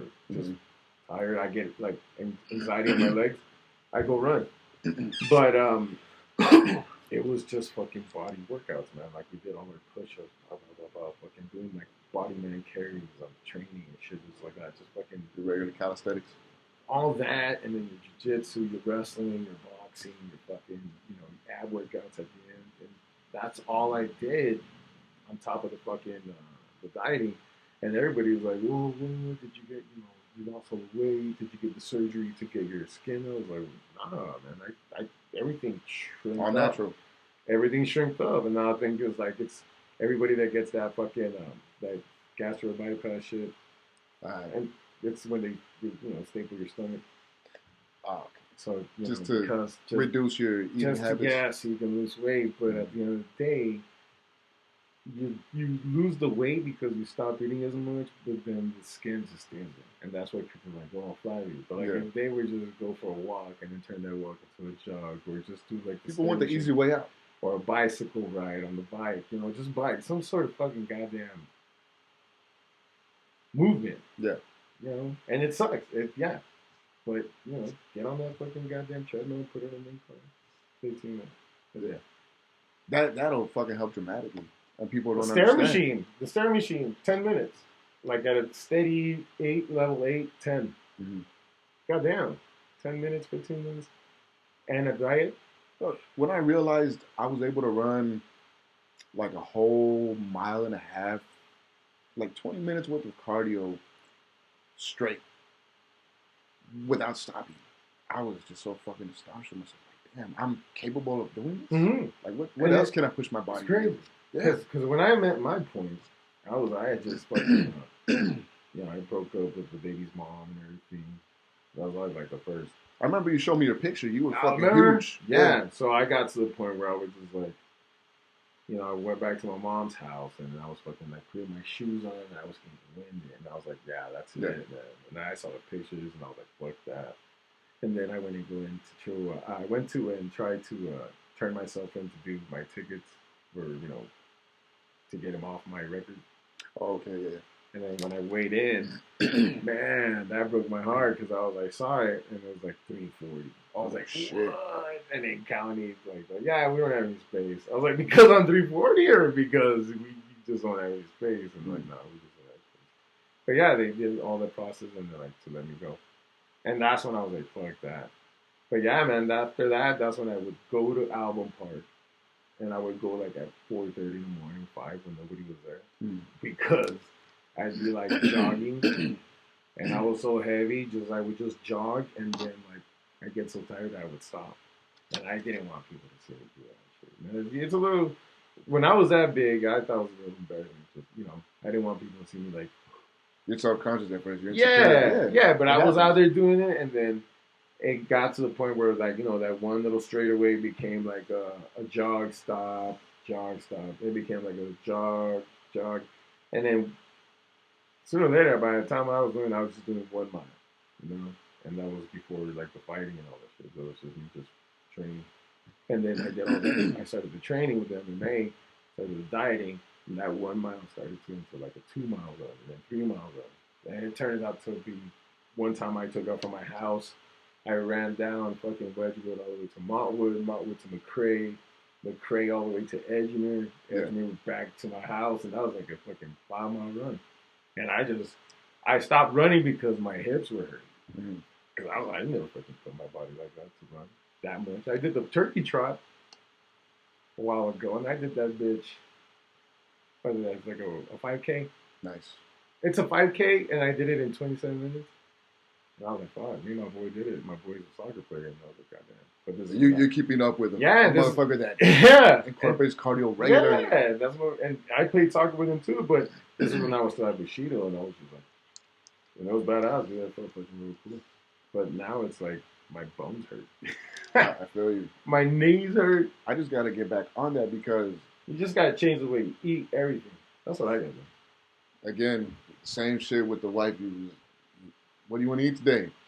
Well, I want to eat, chicken and rice or fish and just keep it clean. But I know you're gonna make fucking picadillo. I know you're gonna make fucking. But do the picadillo with like ground turkey and like red potatoes with no aceite. Just make it super clean. She's still old school. Doesn't eat it, but with the flavor. With the kitchen's fucking the big ass one. Big cascarota, yeah. That sounds like throw butter on top of that. My mom used fucking. I used to think the whole reason. I didn't get obese because of that, but I ate a lot. But yeah, my mom did some crazy cooking. Yeah, but it got to the point where my mom was like, she'd get pissed because I started doing all my food. Meal preps and all that. Yeah, and I would go to fucking like birthday cookouts with my own Tupperware or like my own food too. Like I would eat like the chicken or the steak grilled, but I would take like my own stuff. Gotcha. You know what I mean? It's like quinoa, fucking brown rice, and broccoli. I tried that. The brown rice Sucks. It sucks. You gotta add some flavor. Yeah. I put like a little bit of beef broth or chicken broth in it, just a little bit. Flavor it up. Yeah.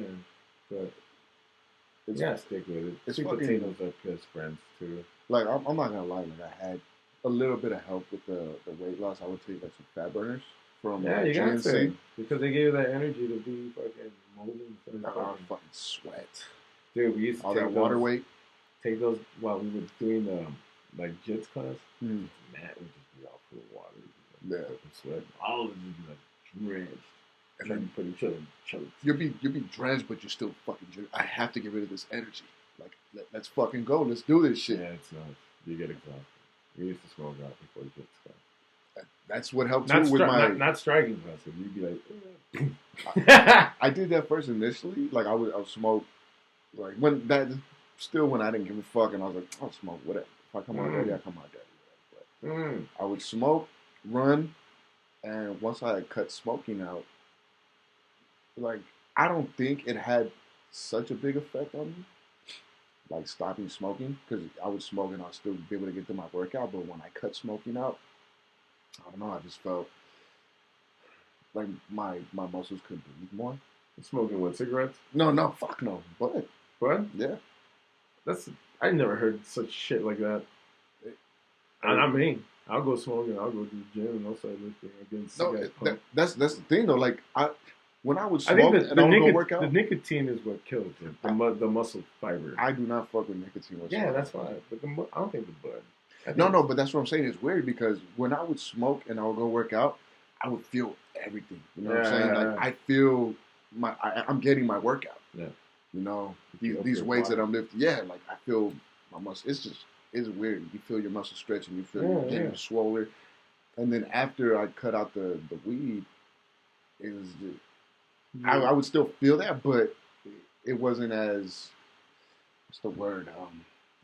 I can't put it in words. It's the sensation wasn't there. It's like feeling it meant like. Yeah, like the sensation wasn't there for sure, but if you were to up your water, too, that helps with muscles happen. I drink straight high pH balanced water. Oh, people? Yeah. How's that go? I'm hydrated as fuck. Yeah, man. People will do that. I don't fucking like that. You're like, yeah, man, I'm hydrated. Yeah, people will do that. I'm hydrated, man. But that's, I think it's crazy. Yeah, I don't know.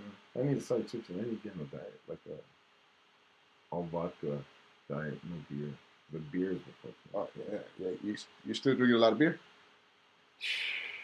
Yeah. More like on a Friday. And then like tonight we'll do vodka. Cool. But it's mainly either a Saturday or a Friday. Okay. And then sometimes on a Sunday around the game on. But yeah, that's it. I quit. For the most part, I'm pretty sober. Like it's rare that I drink. Yeah. Yeah. Good for you. That's not cool. I mean, it's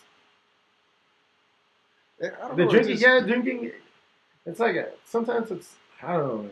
I could go without drinking. I used to. You know, my lady likes to. You know, she likes to drink some. Like if we were to fucking hang out and I can't drink. Yeah, but not like I don't want to do it. I don't crave it. Yeah, I don't crave it. Like I could go a Friday without drinking. For sure. Like I could have a set plan. Like, hey, babe, we're gonna make some steaks, make some fucking salad, whatever. Smoke a blunt, eat, watch a movie, or do some shotguns, and she just relaxes. And then the next day, she's like, I'm like, hey, doesn't it feel good? Nothing y'all hungover? She's like, yeah. Hell yeah. But yeah, it's like sometimes I'm like, I just think about that shit too, where it's like, okay, if I'm gonna drink, I have to anticipate how I'm gonna feel the next day. And I'm gonna feel like shit. Or how long am I gonna take to recover? I don't recover the same way. Exactly. I'm fucking down for the count. For like fucking, if I drink good on a Friday, I might be good by Sunday afternoon. And then with the kiddos, it's like I can't just fucking be in bed all day. I can't just fucking be moping. I have to get my ass up and take them out and about. And that's the crazy part because the boys are boys and they're fucking energetic as fuck. Yeah. Because how old are they now? My oldest is 10. My youngest is 7. See, fuck yeah. Nothing but energy. Yeah. Like the girls are like fucking 17 and 16. But like on a Saturday, they fucking stay in bed for like noon. And then once they wake up, they stay in bed for another while. Or just whatever they have to do in their mom's house. Yeah. But like for the most part, they just chill. Well, I guess once they get that age, I know once the boys probably get that age, they'll probably be like in sports and shit, fucking running around, getting jacked up, getting ready for a game and shit like that. I need to throw him back in sports. I had him in football.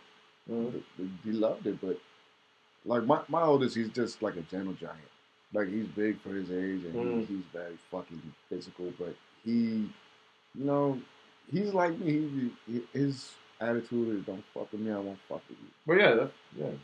But he's not really big on sports like that. He just participating or like the fucking. He has to get into it first. Yeah. He's very, very reluctant and hesitant to get into it, but once he does, he doesn't. Once he understands it, he's like, "Oh, I like it. I understand it. I like it." He has to feel accepted by the team. Now I feel the competition. But and then he'll end up like being the fucking leader of the team. Yeah. That's how much he gets into it. He's like, "I want us to win. This is what we have to do." And that's a good sign. Yeah. Kids that don't fucking say much, just sing yeah. I mean, like, yo, motherfucker, he's gonna cry. And there's a lot of slamming the lockers like Frank the Tank. Yeah. Like there's a lot of kids like that though. You know, it's like of course they're gonna have a shy approach, especially if like that's not their fucking cup of tea. You know, like you're throwing like I threw my kid into football and he was never. Of course, he didn't grow up the way I did, so I was on just physical on site with if I had to with whoever, whatever. And he's a lot more laid back. Yeah. But when he got into football, he had an outlet to release whatever fucking tension, anger, discomfort was going on in his life. And that's the perfect fucking sport to be in, to let all that shit out. That and, any kind of like martial arts, like a continuing sparring. I wanted to put them in boxing, actually. Boxing also. And, man, for football, that was my fucking biggest thing. I love how it felt to crack a motherfucker. Yeah. Putting the motherfucker through the earth. You know what I mean? Oh, yeah. And then fucking getting up and like the goddamn crowd is going nuts. Yeah. And then not only that, you start coming out of the news and the newspaper and you start becoming like a fucking local celebrity. A little bit. And then you start coming on like on Dave Campbell's Texas football magazines and shit like that. That's awesome. That's how I did it. But I mean, for me at first it was because I could drill motherfuckers. Like I could you just run, to hit run at somebody, use all that raw fucking pissed off energy that I had built up from that weed, whatever, just run, boom, just lay somebody the fuck out. I'm good. And you get up, you get up and you're like, fuck, I feel fucking great. Let's go get another one. Yeah. Let's see who else I'm going to catch slipping. I feel better now. Yeah. If I do another one, I'm going to feel fucking better than I did right now. I'm going to feel greater. And you just keep building that shit and keep fitting it. And I think that's the healthiest way, I think. Because then you kind of start molding yourself onto if that's what you really want to do and if you're comfortable fucking doing it. Because if you really feel like that, then you start learning it. You start understanding it. You incorporate it into your lifestyle. Yeah, it's part of a regimen. You start fucking dedicating yourself to the whole thing completely. Yeah, man. Sky's the limit. Mm-hmm. Just need some support, but that's the way to go about it. I think my daughter she did track and then because your daughters have always been in like the oldest certain type of sport. Yeah, but I would see you on the track meets like on Snapchat and shit. Yeah, all up to last year, and then she was like, "No, I'm gonna take it easy next year. I'm done with track." I was like, "All right, cool." Yeah. I was like, "I would just appreciate if you just would have completed the season." Come on. I get it that you don't want to do it, but it's kind of shitty that you're letting your team down. But I mean, at the same time, if you're not feeling it, you're not feeling it. Because if you're not feeling it and you're out there and you're just forcing it and you're just probably just going to fuck up. You just got to be supported. Yeah. So I told him, I was like, all right, man, I'm going to just look at it like this in life. Don't fucking think when it gets a little too tough, you're gonna be able to quit. Yeah. I mean, you should be able to fucking. You can't run away from everything. Yeah, and she's like, no, it's not about that. She's like, I just don't.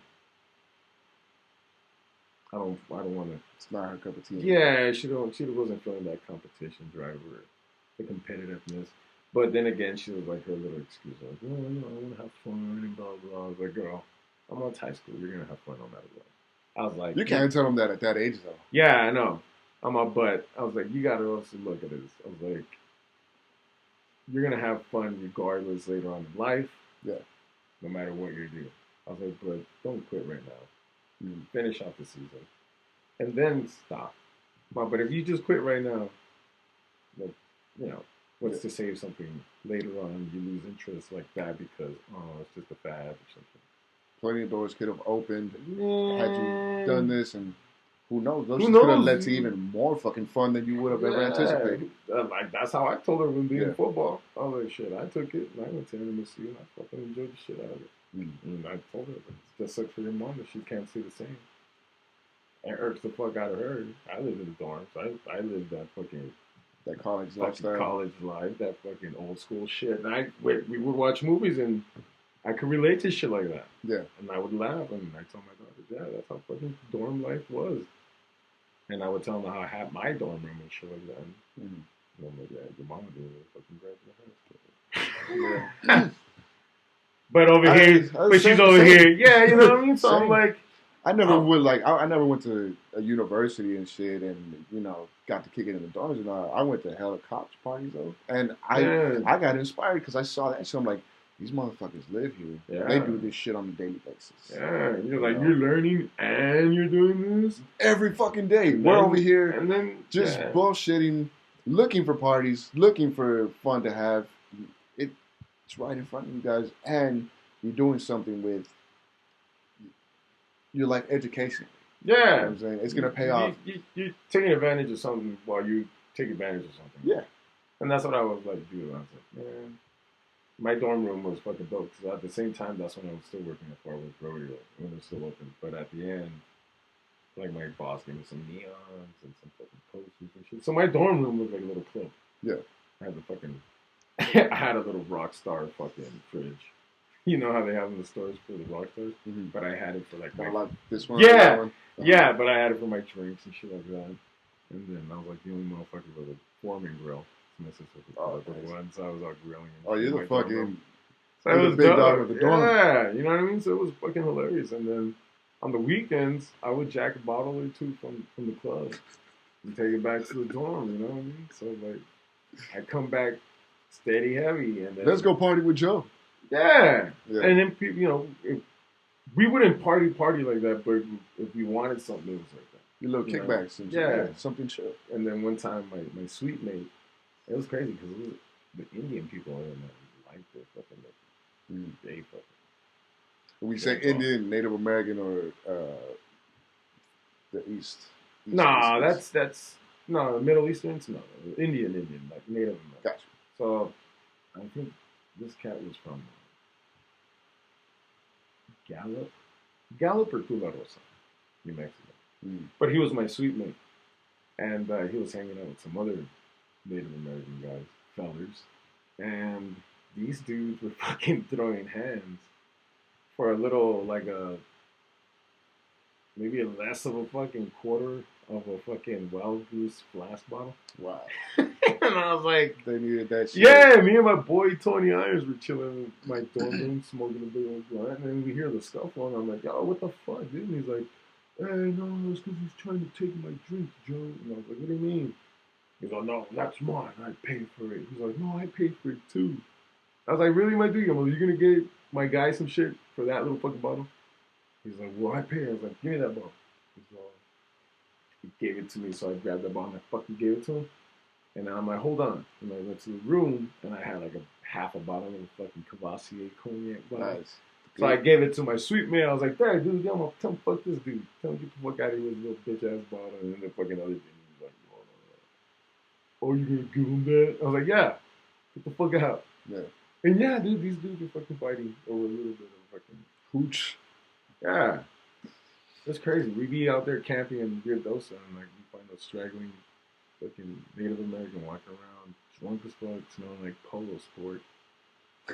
Yeah, I mean, looking like fucking with fucking Jim Dunbar's hat and the vest of beads. And you guys fishing? Stereotypical.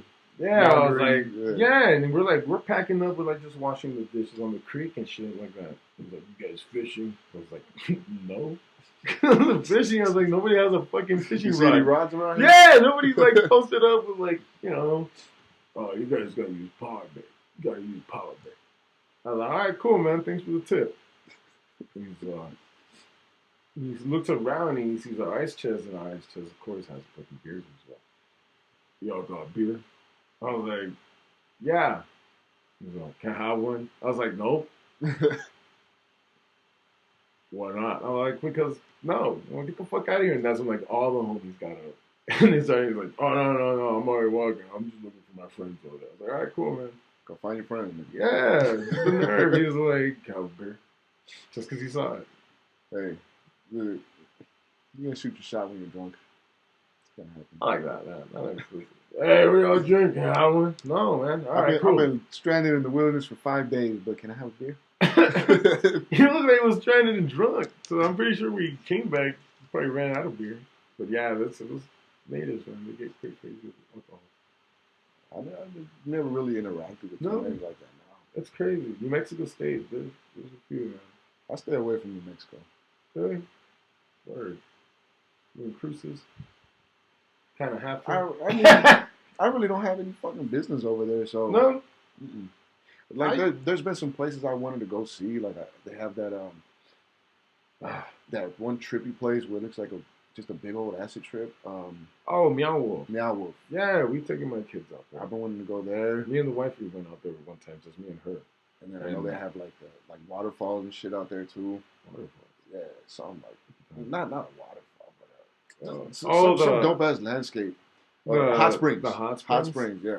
Those are cool. Those are cool. Like now, when it's like kind of fresh, because those things are hot. I've been wanting to go check it out. You go and cleanse yourself. Purify myself in the waters of Lake Minnetonka. Yeah, man. But yeah, that's what me and the wife want to do. But we haven't gone to the springs. But we did go to Santa Fe, and we stayed in Albuquerque because Santa Fe apparently had no fucking goddamn hotels. So we stayed in Albuquerque. Went out there. That shit was pretty dope.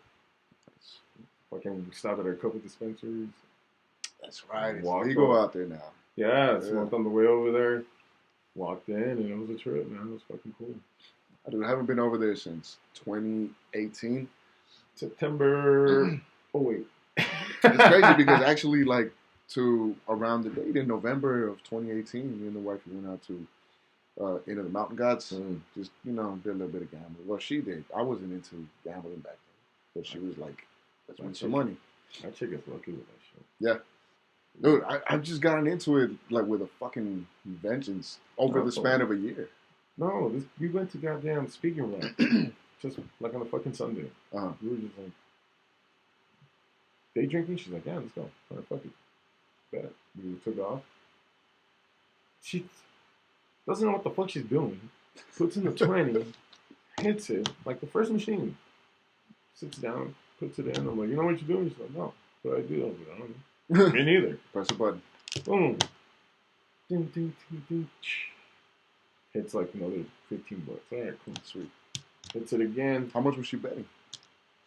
Like fucking $2 or some shit like that. Nice. So then, it was like 75 cents or $1.50, some shit like that. But then she hits it, and then she's getting down to like maybe like her last $10, and then she hits it, and then she gets a fucking like a wild card shit. Mm-hmm. Like she hits it, pom pom pom pom, and then she gets all these freaking free spins. Yeah. She gets like a jackpot, and she gets like 10 free spins. Mm-hmm. So out of those 10 free spins, she racks up another $200. Nice, like crazy. So she hits it again. So she's up $200 from the fucking $20 that we put. So she was down to like 10. Oh, you're on profits for sure. Yeah. So I'm like, all right, cash out. She's like, no, one more time. Boom. Ding, ding, ding. Boom. Another fucking wild card. So she gets 10 more fucking free spins. Hits another $350. So she ends up walking like $500. You got a hot machine. And I put in the $20 and I hit, bam, you're down to like $5. Well, catch up. And then I give it to her. She puts it in another fucking machine. No fucking line. Hits it before she's like, one more machine before we leave. And I was like, well, here's my voucher for the money that I lost. Here. We get to that machine. Boom. Ding, ding, ding, ding, ding. Fucking $150. I was like, what? Nice. I was like, let's go. We're out of here. And she's like, Thanks laughing her ass. Yeah, she's all laughing her ass off and shit. But I was like, you don't even know what the fuck you're doing. She's like, that's crazy. I was like, yeah, let's go to this goddamn 7-Eleven and get some lotto tickets. But yeah, man, she has a little fucking lucky touch for that shit. I'm the same way. I found out. Like that's crazy. My very last big hit at Speaking Rock was almost 4x. Really? Yeah, but I've gotten into it heavy though. Like those T-Lips feel about that. Dog, they honestly those motherfuckers like, they make so much money. Yeah. So much fucking money.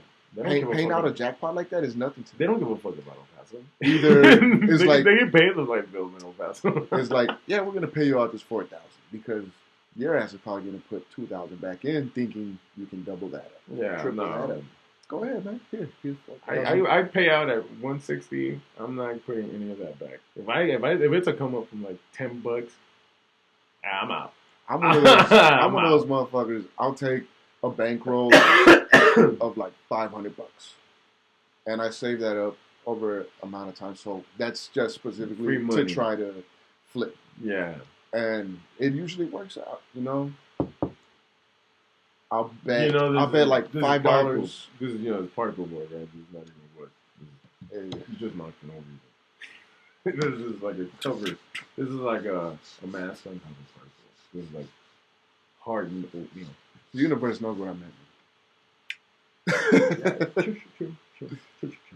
But yeah, like I'll take a bankroll of like $400 or $500. I'll bank, decent sized bets, $5 bets, $8 bets.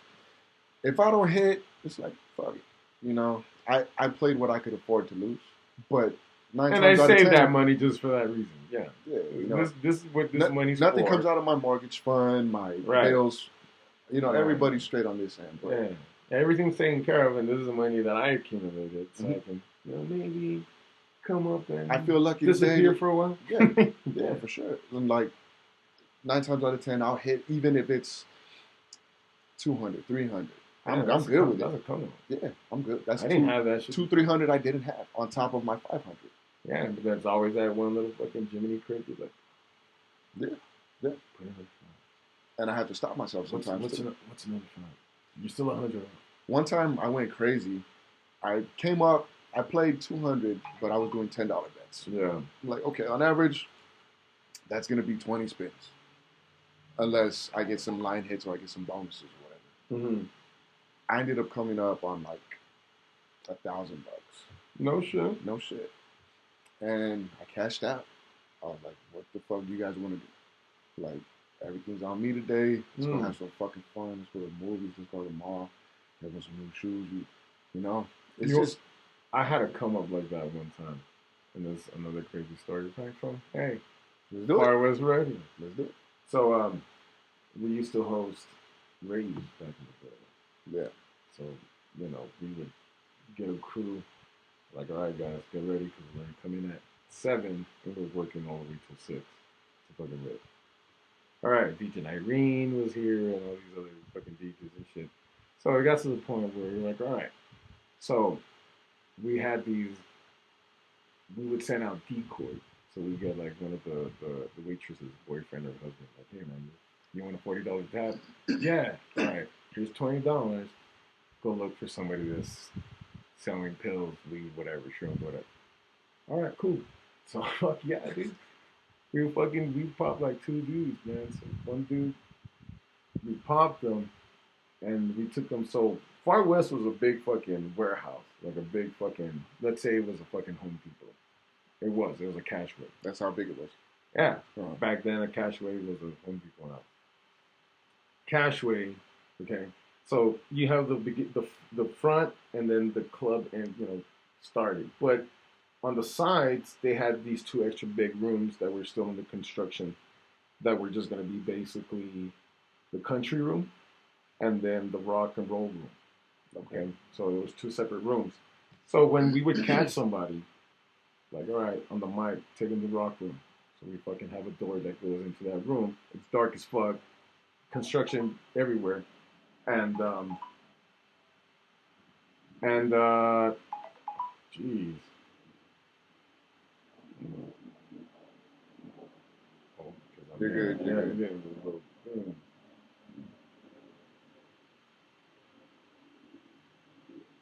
All right, so let me make this story short because I'm going to use You're good. Anyways, but check it out. So this is my way of coming up. So we caught the dude selling drugs, right? So we fucking took him to the side. Dude tried to run, so we fucking tackle him, right? So we fucking tackle him, cuff him up, start emptying in his pockets. Dude fucking, we pulled like 3 wads of money, a bag full of fucking like weed, like a little bag with a bunch of shit in it. Yeah. Per se, you know what I mean? So we have him set him up, and he's like, "Oh man, come on, let me get out of here." Let me go, and not fucking. We're gonna call the cops. So my boss does the whole fucking finta. Yeah, can we get 2 units to Far West Rodeo? We have somebody that was selling drugs, narcotics, and blah blah. And he's like, "No man, come on, like shitty bricks." So he was like,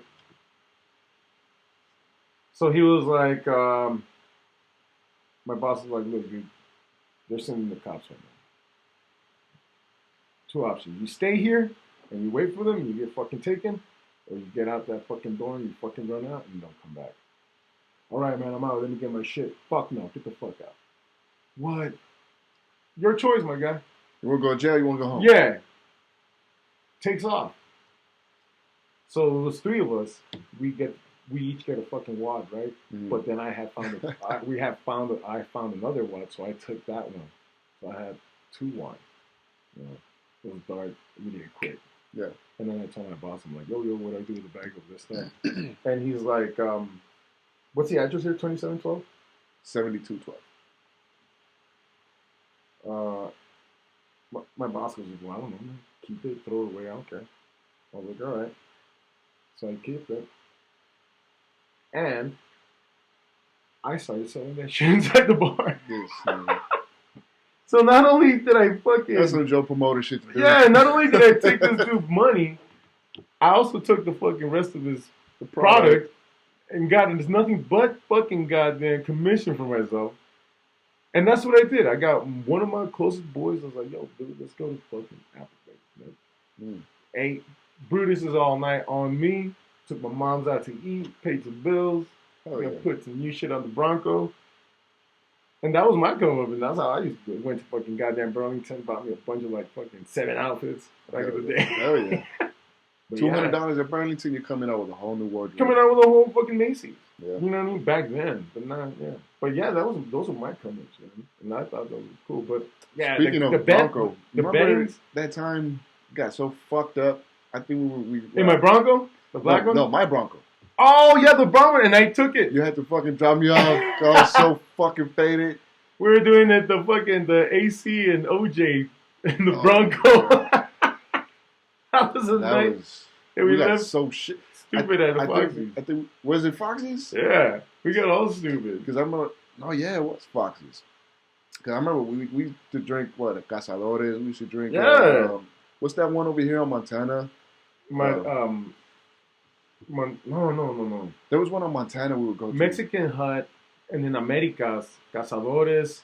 Oh, and then El Patron. El Patron. That's what because we had a sick fucking open bar fucking tab there. Yeah. Me and Juice. Fucking buckets after buckets after buckets. That we would do there with fucking our compa. That was badass. That was a good ass time. We walk in, and it was cool because one time I thought one day we delivered, and he was having a meeting with other girls. And he's all, guys, good thing I have you here. Girls, whenever these guys are here, open tab. I was like, oh shit. Say less. So yeah, so I thought whenever it was like me and Juice were there. So one night, I was taking this girl out and some friends, and we went over there, and we hung out. This was years ago, and then I get up to pay the tab because we only got like a couple beers in the shop. You know what I mean? We were just stopping, and then we were gonna go call it night because we're gonna get eating and shit. Yeah. So I go to pay the tab, and she's like, "No, you're good." I was like, "What?" So yeah. you're good. I was like, oh, okay, here's your tip. And it was cool as fuck, man. As long as you tip them. Everybody was like, oh, shit. Yeah. You know, goddamn. I was like, yeah. You know. Yeah. But yeah, me and Juice, man, that was hilarious. We used to go there all the time. I forgot what that joint was called right there in downtown. It's like real secluded next to some train tracks in the underpass. And remember, Juice took me one time and he was chopping it up with the manager. And like, that's when I got the hint that she was a fucking madam. Because Juice was like, hey, you know, that one over there. Time out. I think it was Time Out. Time Out, right underneath the bridge on Cotton. Yeah. Yeah, because she would come and feature us and she was like, mijo, déjeme otras 10 cajas y me lleves a esta chavala. Sí. I was like, ¿y dónde me lo voy a llevar? Pues allí a la traila si quieres. I was like, ¿por cuánto? Pues lo que usted quiera, pero déjeme otras 10. I'm like, and then I would tell Juice, I was like, yo, dude, you up for it? Juice would tell me. No, and this, I'm telling you, this was when I was completely fucking green. Juice would be like, mijo, esa morra, she thinks you're cute. Mm-hmm. Okay, motherfucker, what am I going to do with that? What do you mean? What the fuck? Yeah. And like, don't worry, he's covered. What the fuck you mean he's covered? And then I finally got the hint. Oh, it's that type of joint. Yeah. That place was gangster. We stopped in there having beers. And then fucking, what other place was fucking good like that? With that one joint, Montana, off of Montana, next to Rafa. Montana Dancing? The ICE agents fucking pulled up. Yeah, where they had all the mirrors on the walls. Montana Dancing. Yeah. Well, they sold that place. That lady sold it. Okay. But I think her dude got taken in, like he got picked up. Like their son got picked up. And they got held up for ransom. Oh, shit. Like, yeah. They were all involved in that. Not for sure. But yeah, man, a lot of places. A lot of shady shit. Everywhere. Fucking crazy. But yeah. When I got wind on that shit, like, I'm telling you, just, hey, let me go. Dude, they would fucking offer beers at Chiquitas. At the games. Chiquita, yeah. When they were like, hey, you guys have time for beer? Like, no. I remember delivering to those spots. Those spots were pretty cool, though. Yeah. The Briar Patch and all that shit. Yeah, like, Juice came back and was like, hey, wait, the guy says he'll get us a beer if you're down to come back and have a beer. I was like, yeah, I'm down. Yeah. He's like, for real? I was like, yeah. So we went and we bought us a beer and we left, got in the truck and took off. That shit was hilarious. I love that route when we used to do that shit. That's my route now. Nice. I have the gays. I have everything. Is that one joint still there? The one that's underground? You got to go down like 2 flights of stairs? Yeah, it's 1-8. It's Dillinger's. Dillinger's, yeah. It's a little. It's you got like 1-8 lounge, and then, right? Yeah, it's downstairs. I like that joint. The speakeasy. Yeah, the speakeasy thing. And then the big dude that used to manage him, Dante. The dude with the mohawk. The little black guy. Oh, yeah. The big black guy. He was super nice. Yeah. That dude's managing over at Mesa Bar and Grill. Oh, shit. Okay. Yeah, he's there, man. So every time I see him, I'm like, Dante! He's like, shut up. Like, he's good people. He's cool. I think this lady's on the way from me. No shit. Well, with that being said. No, hold on.